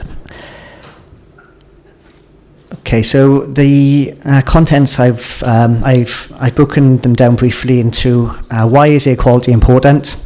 Then a little bit about the legislation we have both in the United Kingdom, Wales, and then the European Union, and then some general information on our local air quality, the monitoring we undertake, the steering groups we have, how we engage with our planning colleagues, and the future plans that we have, both nationally and locally. So air quality is important. Air pollution results from the introduction of a range of substances into the atmosphere from a wide variety of sources. It can cause both long-term and short-term effects on health and also on the wider environment.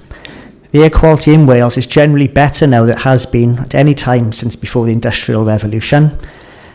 These improvements have been achieved through the introduction of legislation enforcing tighter controls on emissions of pollutions from key sources, notably in industry, domestic combustion and transport. However, despite the improvements made, air pollution is still recognised as a risk to health, and many people are concerned about air pollution in the air that they breathe. Government statistics estimate that air pollution in the UK reduces the life expectancy of every person by an average of 7 to 8 months, with an associated cost of up to 20 billion each year. Both DEFRA and Public Health England have stated that air pollution is the largest environmental risk to public health in the UK. There are a number of pieces of legislation that are available to us in environmental health. I'm just going to touch on a few of these. So I'll go through these in order.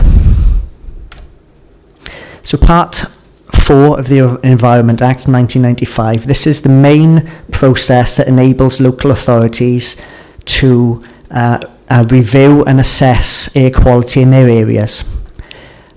We need to determine whether or not the air quality objectives are likely to be achieved, and where we think or we know that there are exceedances, we must then declare an air quality management area. And in Monmouthshire, we have both Chepstow, Hardwick Hill and Bridge Street on Usk have been declared air quality management areas. Once we've declared an air quality management area, we need to prepare an air quality action plan, which will set out the measures that the council intends to put in place to achieve the objective levels. Those objective levels are set out in the air quality regulations, and the pollutants and the objective levels are shown on this slide. So we have benzene, 1,3-butadiene, carbon monoxide, lead, nitrogen dioxide, particulate matter, which is PM10 in this case, and sulfur dioxide. In Monmouthshire, the issue we have is nitrogen dioxide from traffic, and both Usk and Chepstow have exceeded the annual mean of 40 micrograms per metre cubed. That should have been achieved by the 31st of December 2005.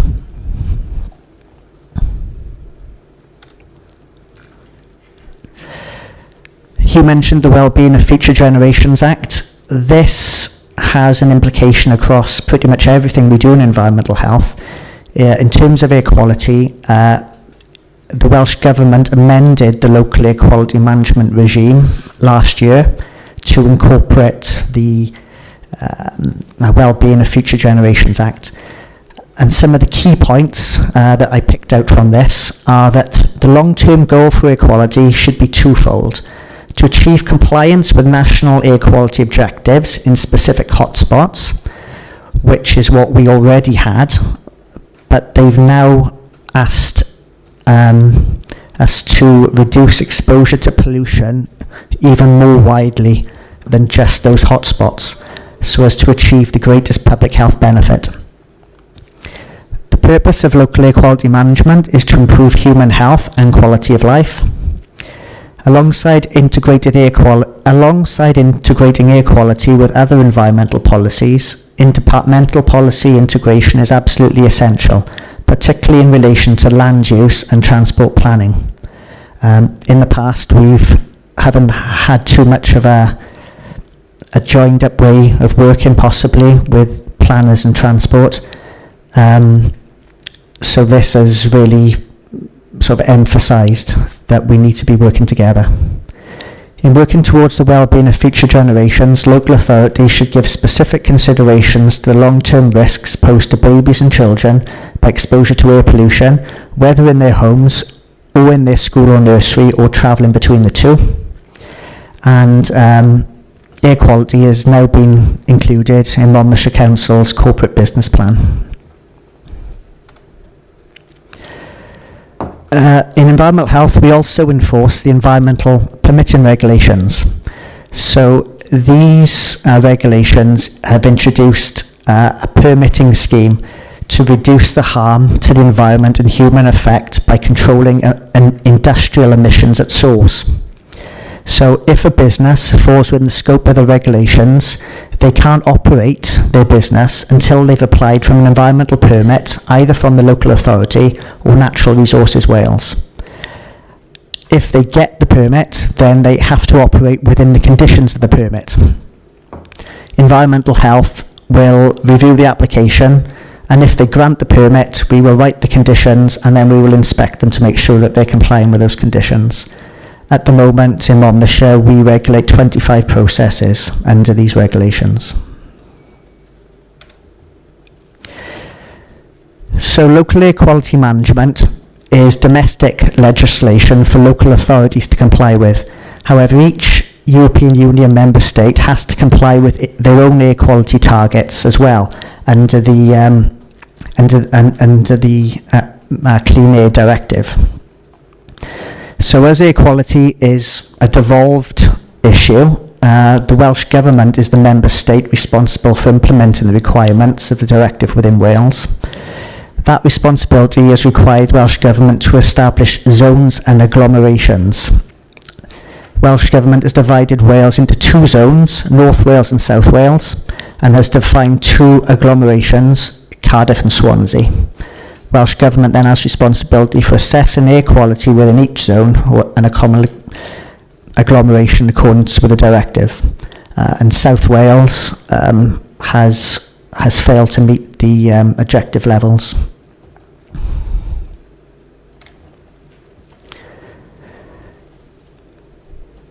So, our duty under local air quality management is for us to review and assess local air quality, and we then report on it on an annual basis. The report goes to Welsh Government and it's also available on our website. The latest report is the 2007 Air Quality Progress Report, and I'll be writing the 2018 one this summer, ready to be published in September.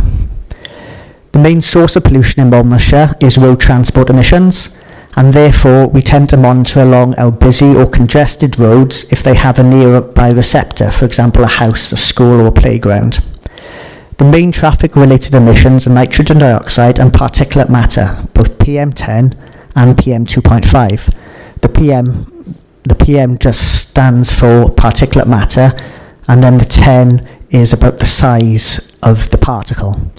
Both of them are very, very small, but PM10 is obviously larger than PM2.5. The smaller the particles, the more harmful they can be because they can get deeper into the lungs.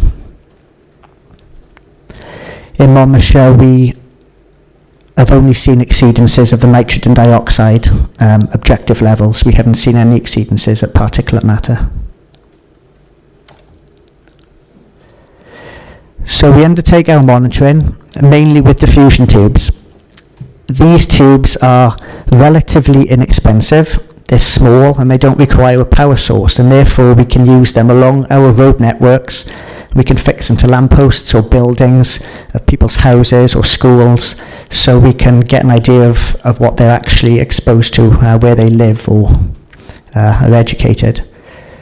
We change the diffusion tubes every month and they're sent to a laboratory for analysis, so they can only give us a monthly concentration. So we use these to assess air quality against the annual mean objective level of 40 micrograms per metre cubed.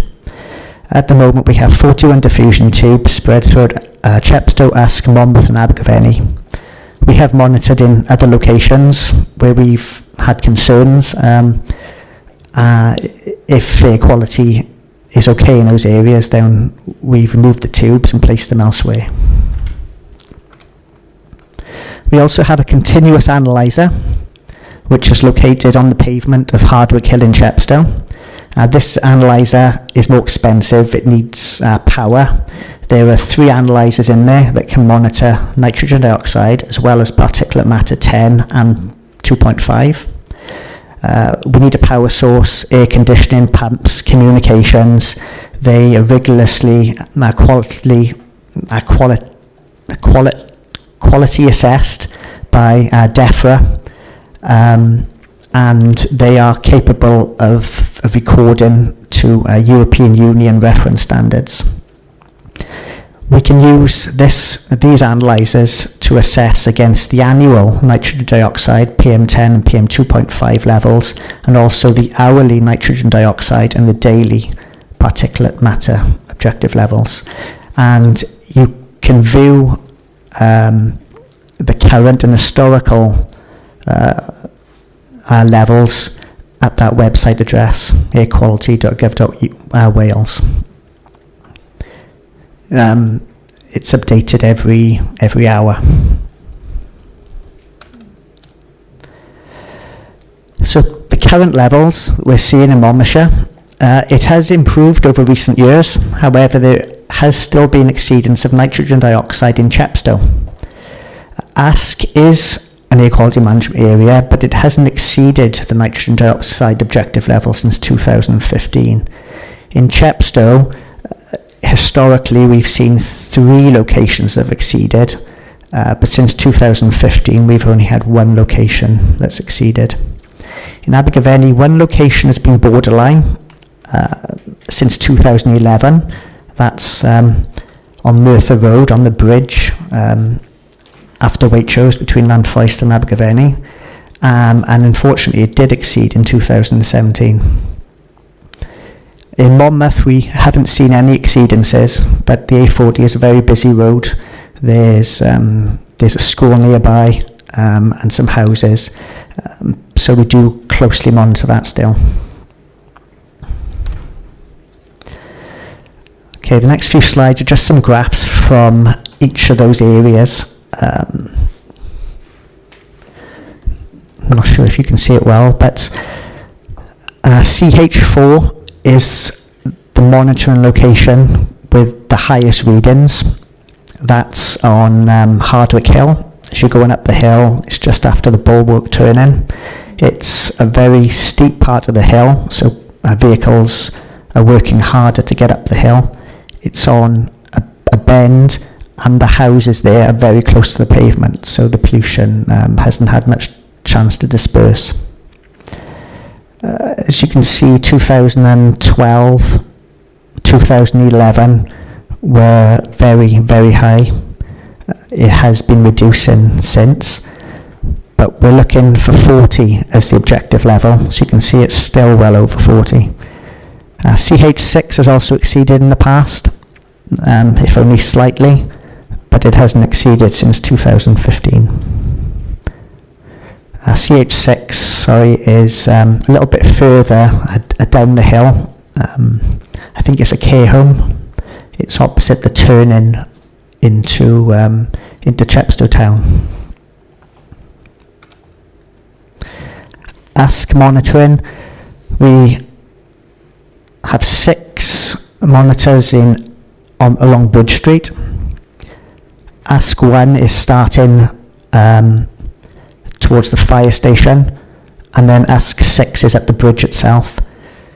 WS 1, 2 and 3 are on the wood side, which we only started monitoring last year. Can I just ask you a question there? Yes. When you Yes. were looking at this, Chairman, please, thank you. When you were looking at this, did you actually take into account the reduction of the speed limit to 20 miles an hour when you were monitoring the pollution in that street, please? Yeah, we haven't. The 20 mile an hour zone hasn't been in long enough yet. And also, there's been the gas mains works, which have had a big impact in March and April. So we haven't seen anything yet to know if it's made it worse or made it better. That'd be really interesting. Yeah. Thank you. Reducing to 20 miles an hour, some studies have shown that it should give improvements.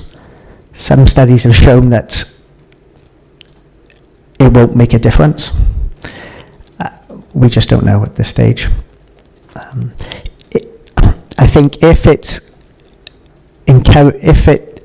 discourages vehicles from using it, it would make a difference. But the mere fact of reducing the speed limit might not make a difference unless it somehow improves the congestion. If cars can move through continuously, without so much stop-starting or accelerating from 0 to 30, it might help, but we don't know yet, sorry.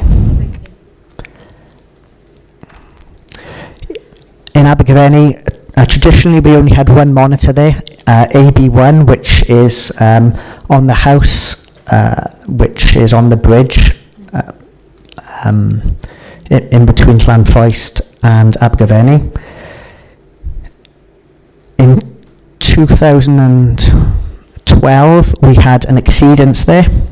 That's the green line over the 40. So at that point, we started monitoring around that area. AB2 is on the opposite side of the road. AB3 is at the old Cooper's Filter site, where they've now built a new housing estate opposite Waitrose. And then AB4, 5 and 6 are further into Abergavenny town. As I said, we only had that one exceedance at AB1, but then we did have another one in 2017, so we're going to have to be looking very closely there now as to whether we need to declare another air quality management area around that bridge. And here, and Monmouth Monitoring, again, traditionally we had 4 monitors located around the boys' school, but then in 2012 we extended our monitoring network to extend further down the A40 and also in the town centre and around the Priory Street and Monk Street junction. And we haven't had any exceedances at any place where people are likely to be living or at any of the schools yet. So I talked about the air quality monitoring station in Chepstow. So this is the data from that since 2005. Nitrogen dioxide is the top line, the highest pollution. We always tend to see, the reason why monitoring nitrogen dioxide with diffusion tubes is good is because nitrogen dioxide from vehicle sources is going to be higher than particulates. So if we're okay for nitrogen dioxide, we should be okay for particulates. We had an exceedance in 2008 and 2011. Since then, our levels seem to have tapered off a bit. PM10 is the orange line, which we've been monitoring since 2005, and that's seeing a decrease. And PM2.5 we've been monitoring since 2010, and that's been decreasing as well. This might be a good place to mention the, was it last week or the week before, Chepstow was featured on in local media about exceeding the World Health Organization's PM2.5 limits.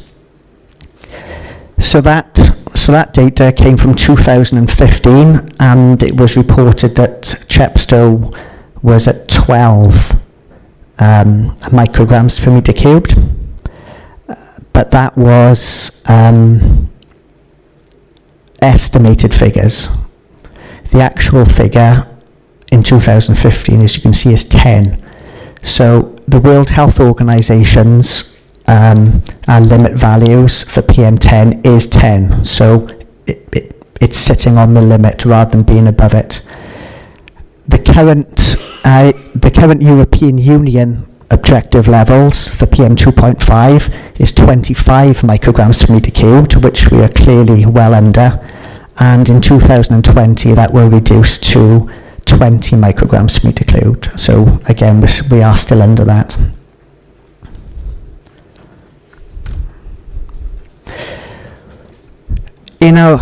With our air quality management areas, alongside the action plan, we have set up steering groups to help us achieve the actions in the action plan.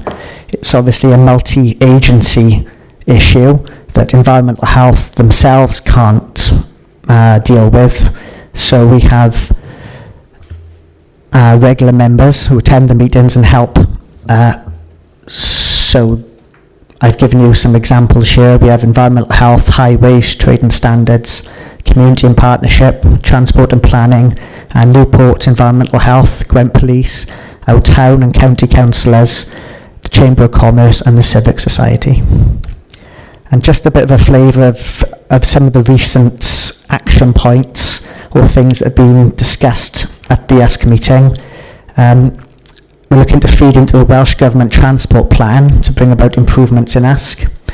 The speed decrease from Bridge Street, on Bridge Street to USC has been discussed. Working on possibility of creating a shared space between vehicles and pedestrians in USC. Highways and our town council are working on that. There's a lorry watch scheme which is run by Trade and Standards colleagues, where members of the public can report heavy goods vehicles that they think are in breach of the weight limit restriction. And Monmouth County Council have now taken over enforcement of double yellow line parking from the police, so it might be that we can improve enforcement in that area. Looking to feed into the Active Travel Act to help develop the walking and cycling routes around USC. And we're working to encourage Monmouth County Council to develop a county hall travel plan, as this building itself could be creating problems for the town. Again, the Chepstow Air Quality Steering Group is made up of Environmental Health, Highways, Community and Partnership, Transport and Planning, Gloucestershire Highways, Forest of Dean Environmental Health, Welsh Government, as it's their road, County Councillors, Town Councillors, Transition Chepstow and A to B Connecting Communities. Some of our recent actions. Welsh Government have agreed to undertake a traffic study to measure the impact that the removal of the tolls will have. Will it increase traffic? Will it decrease traffic? They have undertaken an options appraisal study, and they've identified several potential actions that could be introduced if they can find the money to fund it. Monmouthshire Council themselves, our highways colleagues, have commissioned a Chepstow transport study, which I've been involved in, as well as other colleagues on that steering group. The Why Wander route is progressing to help encourage or improve the cycle and walking route from Lydney through the Wye Valley. Car share and park and ride seems to be coming along now. There's been some funding secured in that area, and a walk to school campaign is going to be starting in the autumn term with walking buses from the Dell primary school as a pilot, which, if successful, will be rolled out to other schools. Planning is a very important part of air quality, and we do work with our planning colleagues. They will come to us with consultations for example, housing developments that might generate additional traffic or introduce people into an area of poor air quality, or industrial processes, for example, energy production or waste disposal that might have an impact on air quality. And then we might ask the developer to undertake an air quality impact assessment to show what impact the development would have, and if necessary, ask them to propose mitigation measures. There's a draft Planning Policy Wales document out at the moment, and this is going to implement the requirements of the Future Wellbeing, the Future Generations Wellbeing Act into the planning policy, and it's going to put air quality on an equal footing with transport and development, which air quality hasn't really had before. So I've just picked out an interesting quote from that guidance. national air quality objectives are not safe levels of air pollution, rather they represent a pragmatic threshold above which the government considers the health risks associated with air pollution are unacceptable. Air just barely compliant with those objectives is not clean and still carries long-term population health risks. Nitrogen dioxide and particulate matter, which are the pollutants of primary national concern from a public health perspective, currently have no safe threshold, and therefore the lower the concentrations of those pollutants, the lower the risks of adverse health effects. It is desirable to keep levels of pollution as low as reasonably practicable.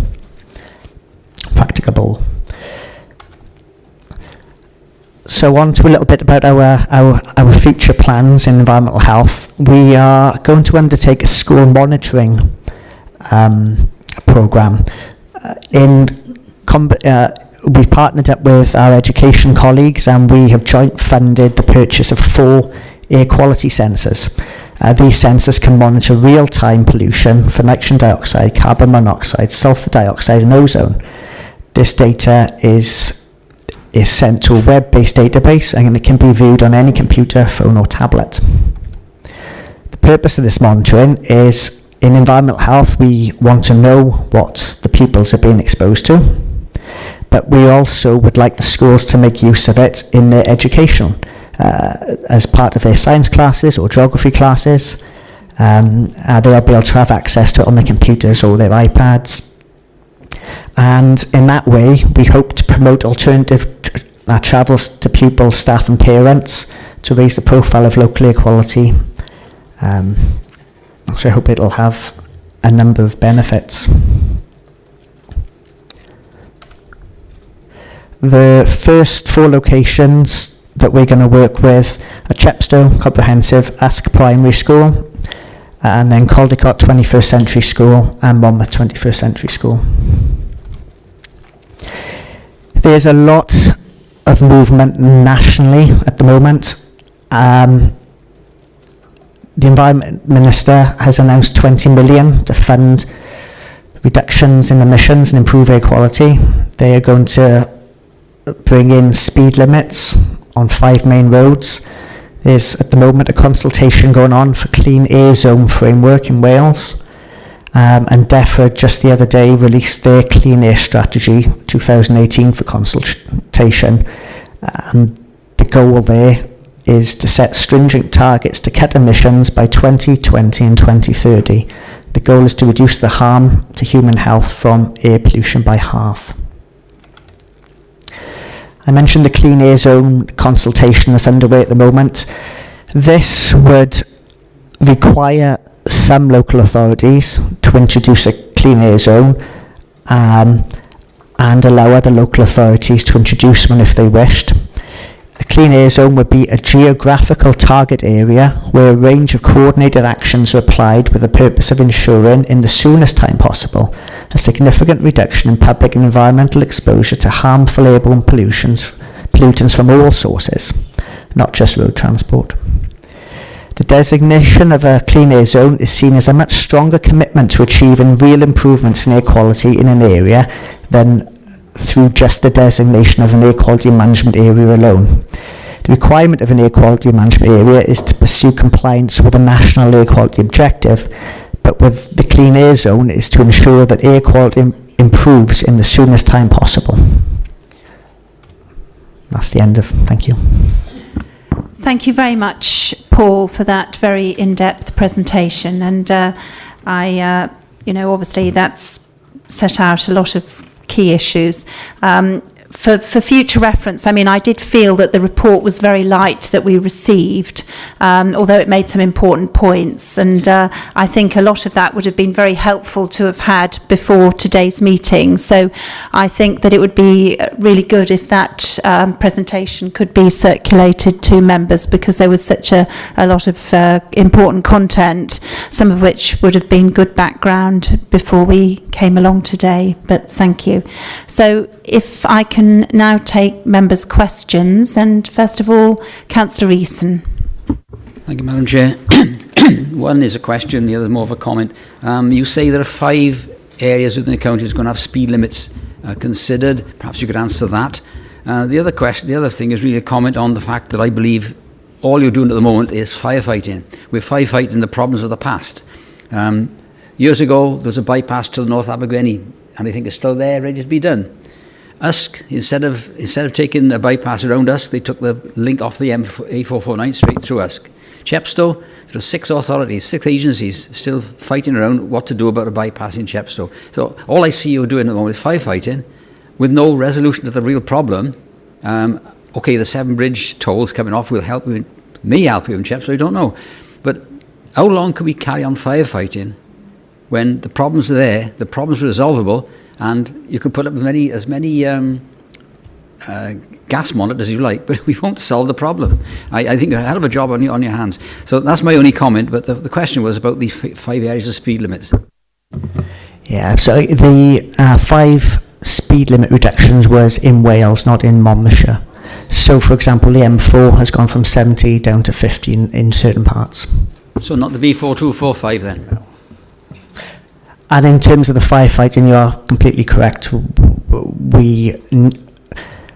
It seems like the government have realised it and are now coming up with a joined-up approach to make air quality as important as development. I saw on the news the other day we have millions of home shortfall that have to be built. They have to go somewhere, I guess. So, yeah, it needs a government-wide joined-up approach. Well, 2 years ago, I met in Gloucester City Council, with Gloucester City Council, Gloucester County Council, Forest of Dean County Council, Sutra, Wales, the English Agency, and Monmouth County Council, and we're still talking about a bypass in Chepstow. Okay. Thank you for those valuable points, Councillor Eason. Councillor Webb.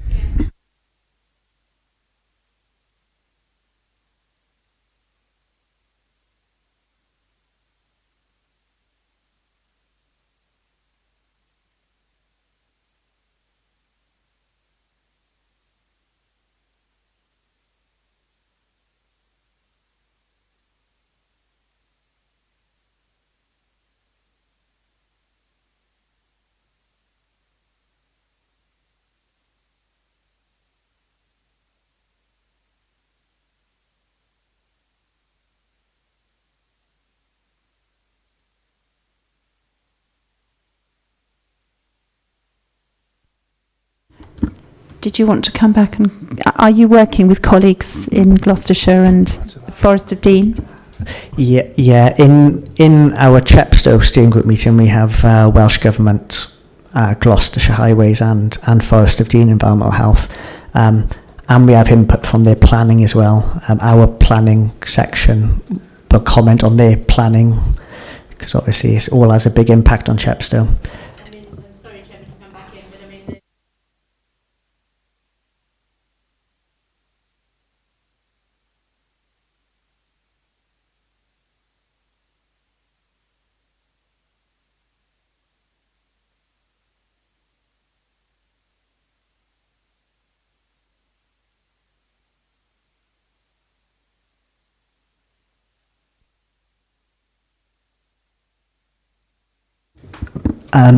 Is it the Maybe Bridge site, you mean? Yes. Yeah. We had a meeting about that yesterday, didn't we?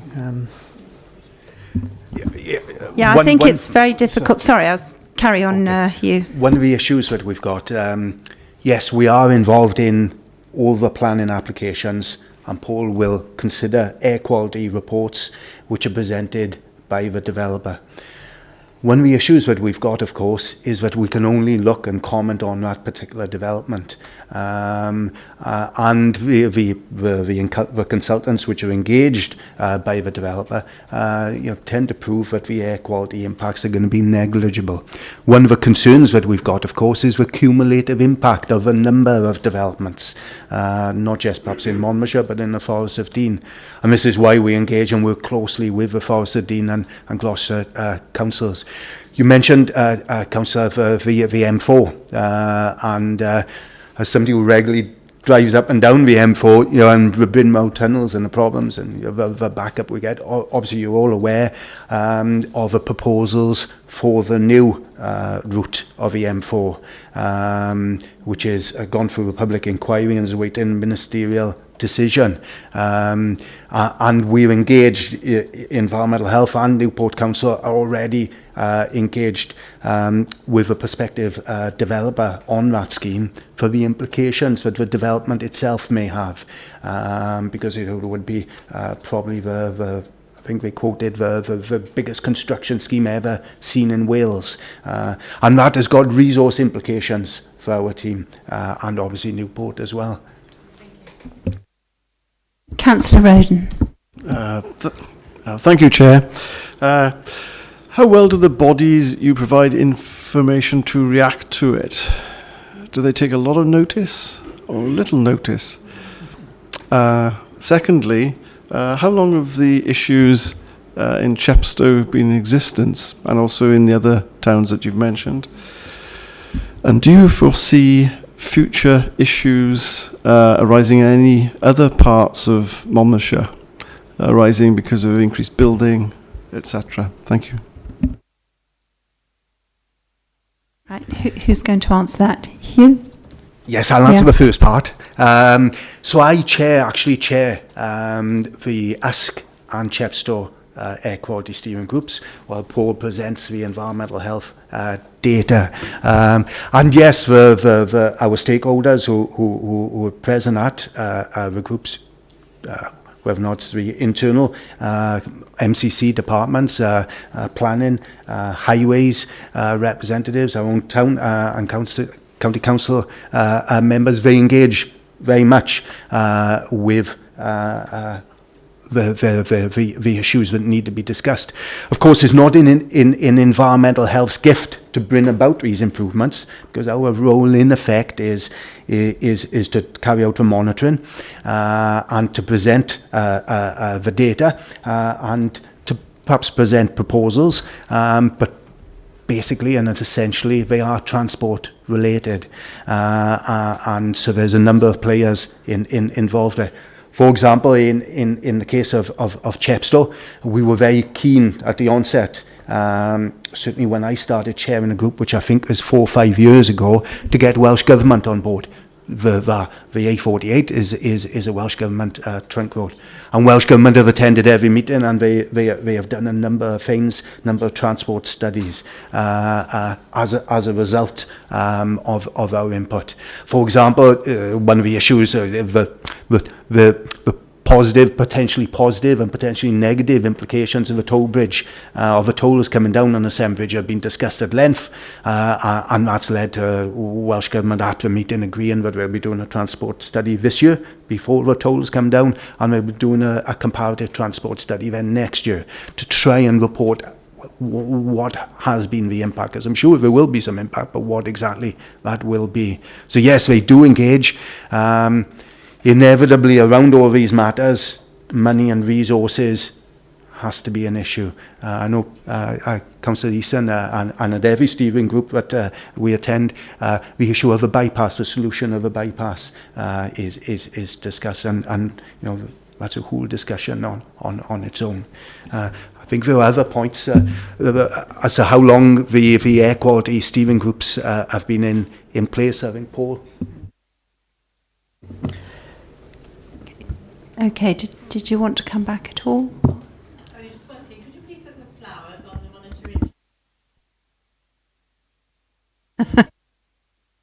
monitoring? Councillor Smith. Sorry, Chair. My questions haven't been fully answered yet. All right. So sorry, I do apologise. The second, the first point was about future areas of. Sorry, I'll repeat the second 2 questions. How long have issues been in existence in the 4 towns that we've mentioned? And are you expecting air quality issues to occur elsewhere in the future with the growth of housing developments and industry in the county?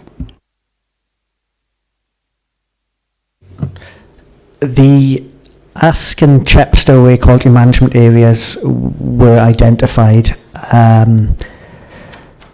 back in 2005.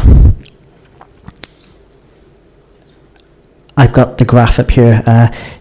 We had a peak in 2008, and air quality has been improving since, probably as a result of improved vehicle technology emissions.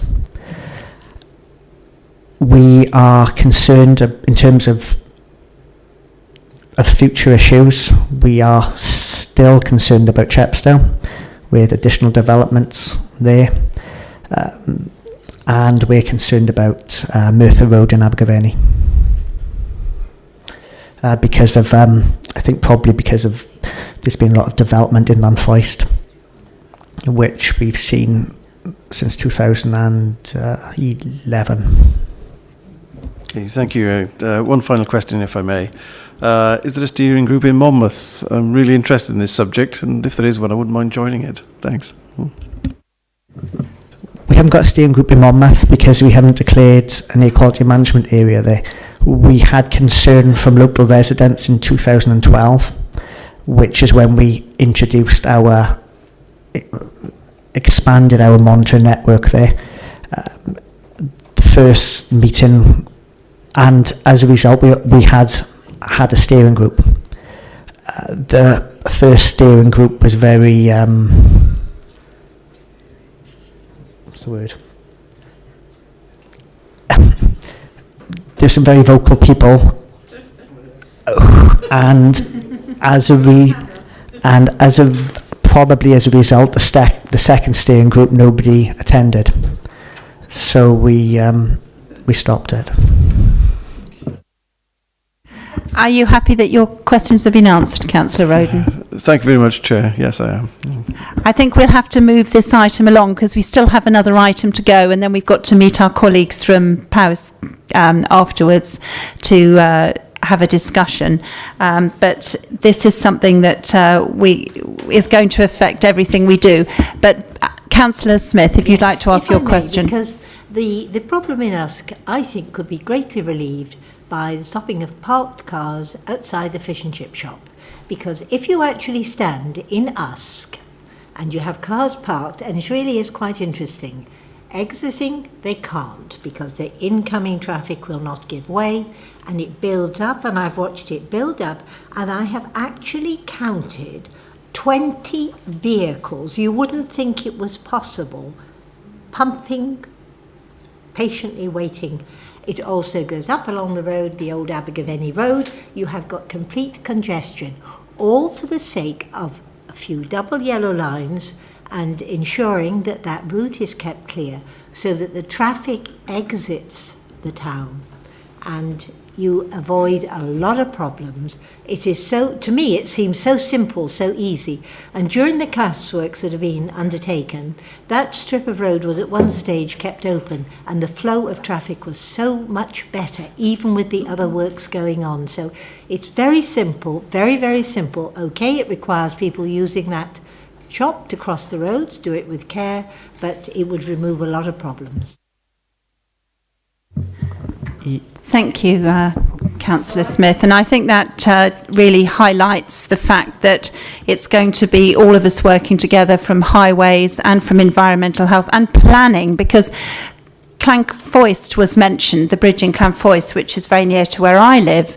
And I was driving down there at 2:00 yesterday afternoon. I've never seen congestion like it, and yet we're planning a lot of new shops and things on the other side there, and I think that, you know, we're going to have to look very carefully at the levels of nitrous oxide, that dioxide, and make sure that in everything we do we're taking this, because the health, I mean, I think back, you know, in the last 50 years, and I remember, you know, an uncle with 100% dust because of coal dust, but now we've got another killer, but it's on our roads and our streets, and it's affecting our children. So, you know, this is a very serious issue, and it's one that we must have top of mind in absolutely everything we do, I think, as a council.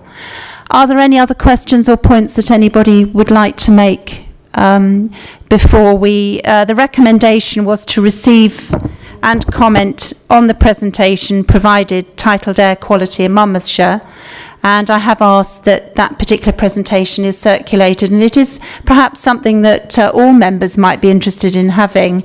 I think it should go to all members of the council because it is such an important aspect, and I would like to thank the officers for their presentation today. Councillor Webb?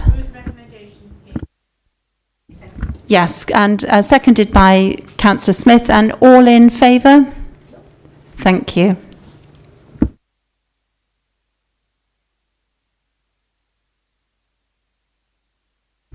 We are now going to move on to our next item, which is a verbal update on roadside advertising.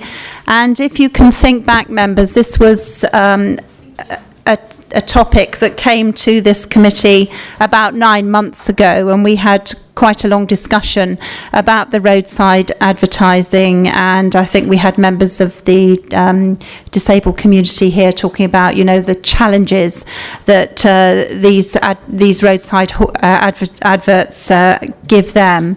And also as a committee, I think we were all in agreement that we didn't want to see businesses in the high street penalised with additional charges, because we want to encourage footfall through our high streets. So is the officer available that's doing the update? He's on his way, Chair. Okay. Would you like me just to take the work programme? Yeah, I think what we'll do is we'll take the forward work programme now, and I'll pass over to Hazel so that we don't waste valuable time. All right. Oh, no, Roger's here. I was just reminding members, Roger, about the update and the discussion that we had 9 months ago. So we're very interested to hear what the latest is.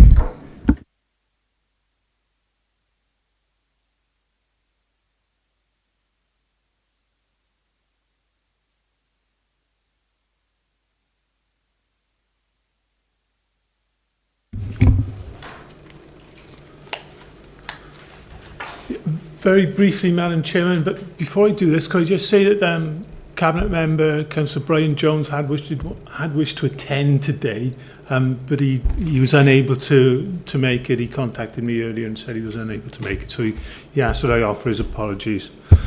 You asked for an update on the signs, installation of the signs. Steve Lane gives his apologies. Unfortunately, he's unable to be here, but he's provided me with some background information which I'll be able to share with you.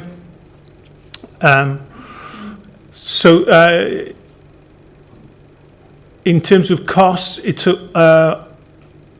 just over £8,600 in 16-17 and 17-18 for installing the posts and the planting areas and the blank signs, either the advertisers, or not the advertisers, but the advertising that it's available then for sale. There was previous costs incurred when the signs were put up and then taken down. You members may recall that because we reviewed the planning consent. Each sign location from planning through to installation is approximately £550. That's ongoing maintenance, and once sponsored, in other words, whilst they advertise an opportunity sold, will cost approximately £100 a year. We hope to sell both faces.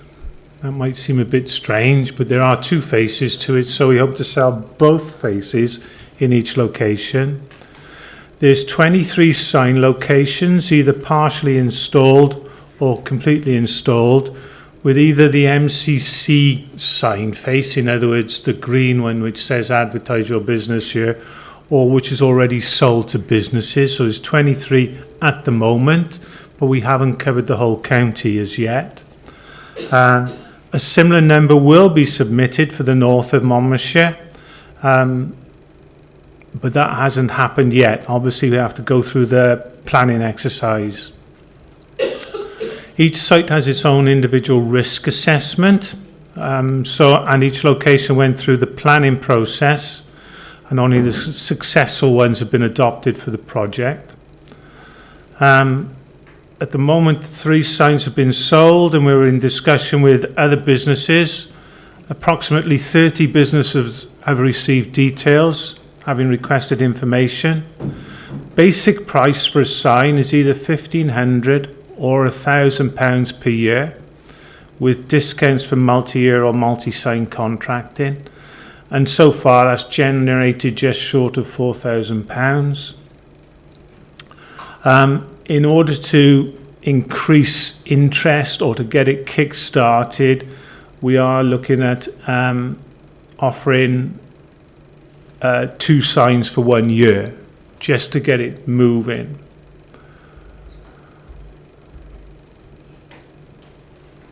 Can I just clarify one point, Roger, just at this moment in time, because I don't know whether members feel like me, but looking back to the meeting that we had about 9 months ago, the discussion was very much about signs that businesses put up themselves and space that businesses are, A signs. And what we seem to be talking about here is something a little bit different. Madam Chair, no.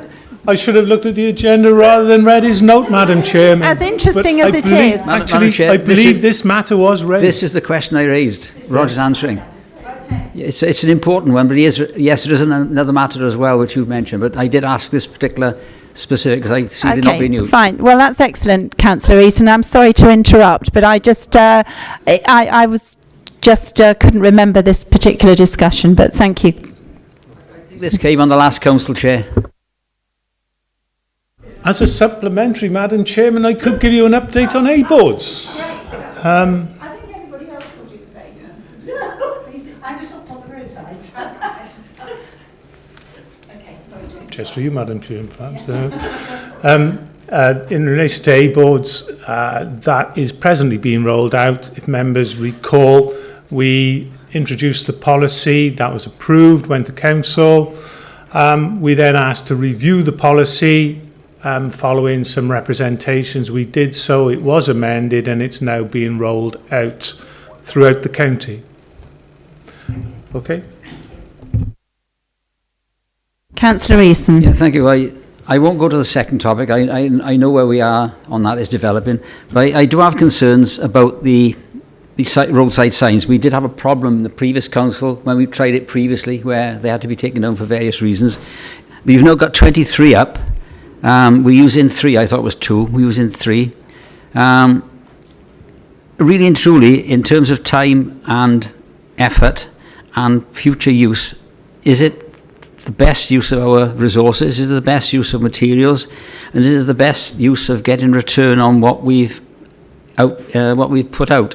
For example, did we really consider what they're doing in Cwmbran? For example, they sponsor a roundabout, company takes over and takes responsibility. Whereas in the case of these 23, which are as a trial in the south of Monmouthshire, we're responsible for the maintenance of the site. We're responsible for the maintenance of the signs. We're responsible for vandalism which may occur. So instead of us carrying the cost, is it too early to assess where we are, or do you need it a little longer? And when we do have that period, maybe a little longer, should we reassess what we're doing, particularly in comparison to what they're doing in Cwmbran, where the roundabout is sponsored? They don't seem to take, whether drivers watch them or not, look at them or not, I don't know. But that's up to the company that does the sponsoring. I'll leave that to you, Roger. Yeah, Cwmbran used to manage it through a third party, through a separate company. I believe they're managing it themselves now. But the signs, it's exactly the same concept as ourselves. Newport do the same. Newport are presently made a surplus of about £40,000.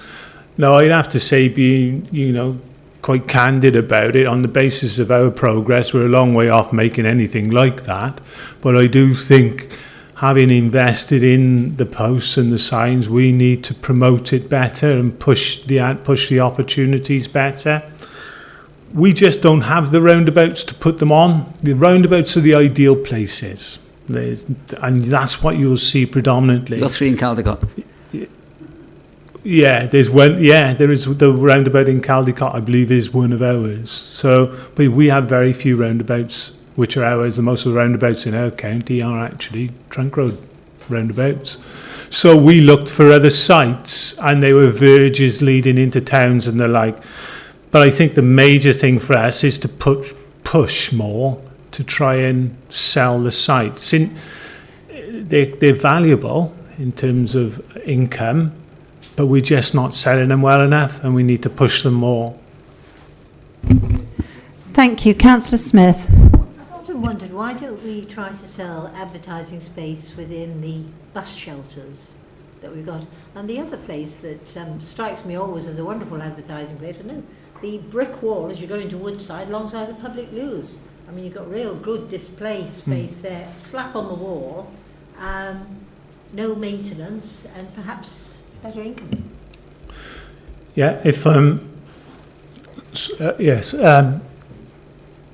this was done under highways, but I think there is an opportunity for us to look much wider than that.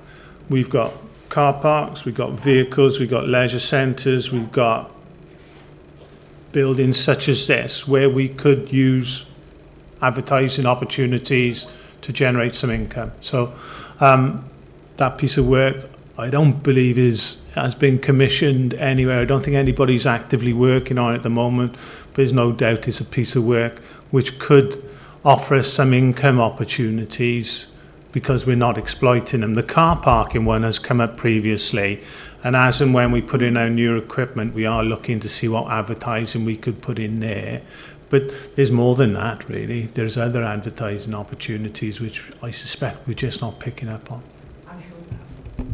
Councillor Webb and then Councillor Roden.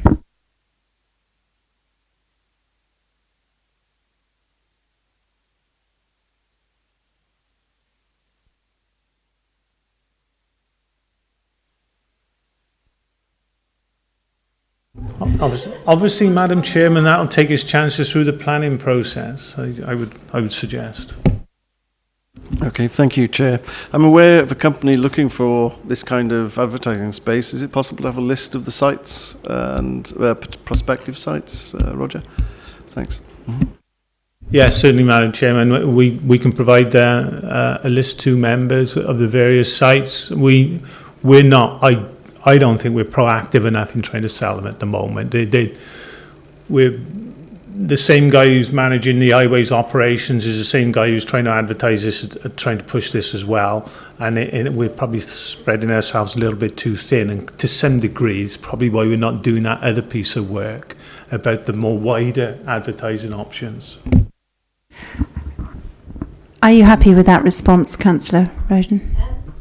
Thank you, Chair. Oh, was it? Yeah. Yeah, that something could happen. There is great potential, and perhaps it's working through, well, members actually, because we can point to the good brick walls or whatever that we might own that could have potential. So there might be some scope in actually asking elected members. Have you got any suggestions? I don't know. I think that from myself, I've got a background in marketing and advertising, and you need a marketing expert on this, because I know that the most expensive site in the whole of the United Kingdom is actually the one as you go in on the M4 that becomes the A4 as you go into London, near the big sort of Smith Klein Beecham on the right hand side. And there's as a council we have to look at innovative ways in generating income. So I think this update's been very valuable actually, even though I didn't totally understand which update it was at the beginning. Any other comments? Councillor Webb?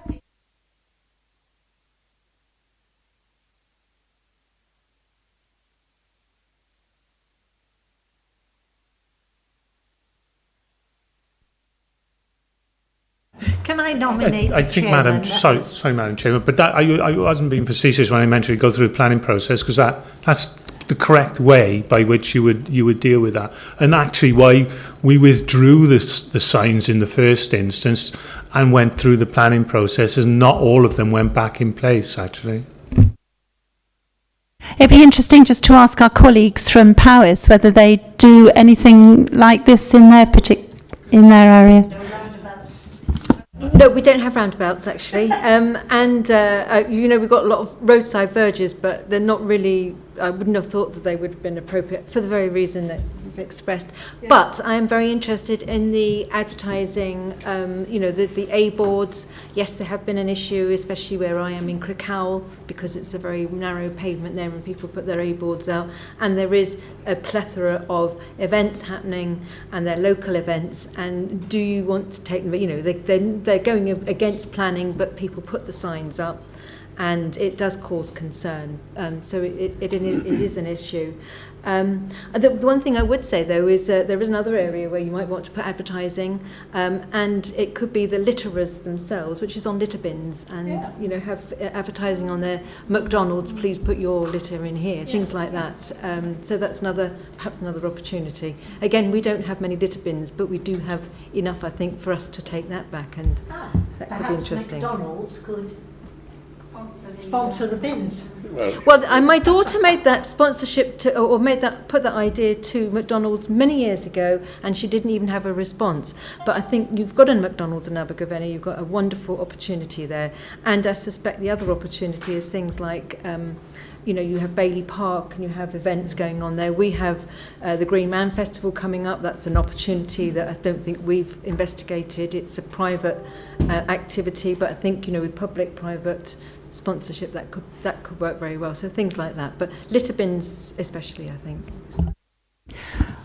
Well, unless there's any other comments, can I thank Roger for his update today?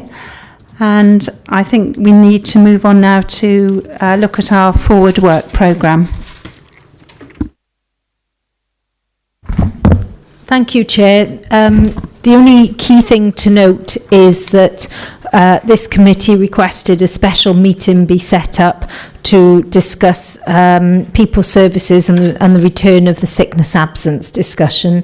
A couple of members came back to me with some questions that they would like to be answered on the day. So I forwarded those to the officers so that we can make sure that you've got the answers on the day, particularly given this is a returning item.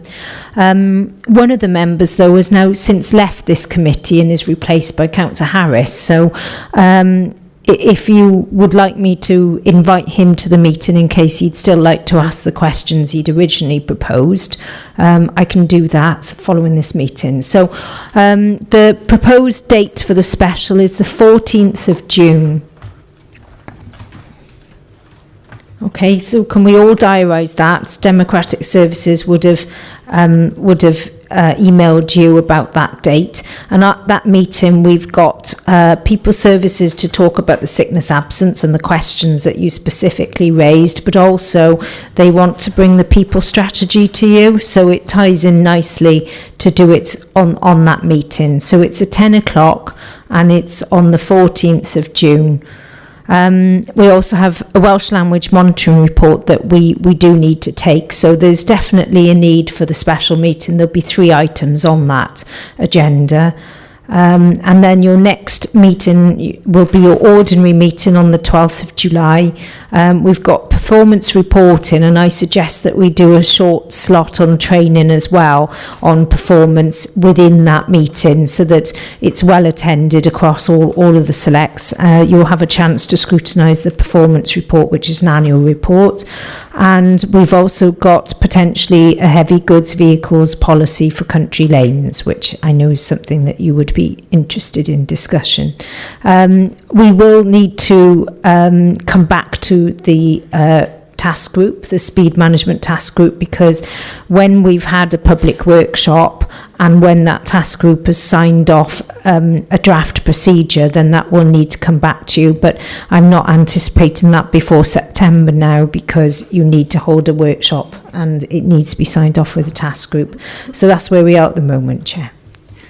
Thank you very much, and I'm sure everybody would agree that we need to have the result of that task group as quickly as we can, really. The only other thing to note at this point is that the action list from the last meeting was to arrange for People Services to come forward and to have a special meeting, which we've done, Chair.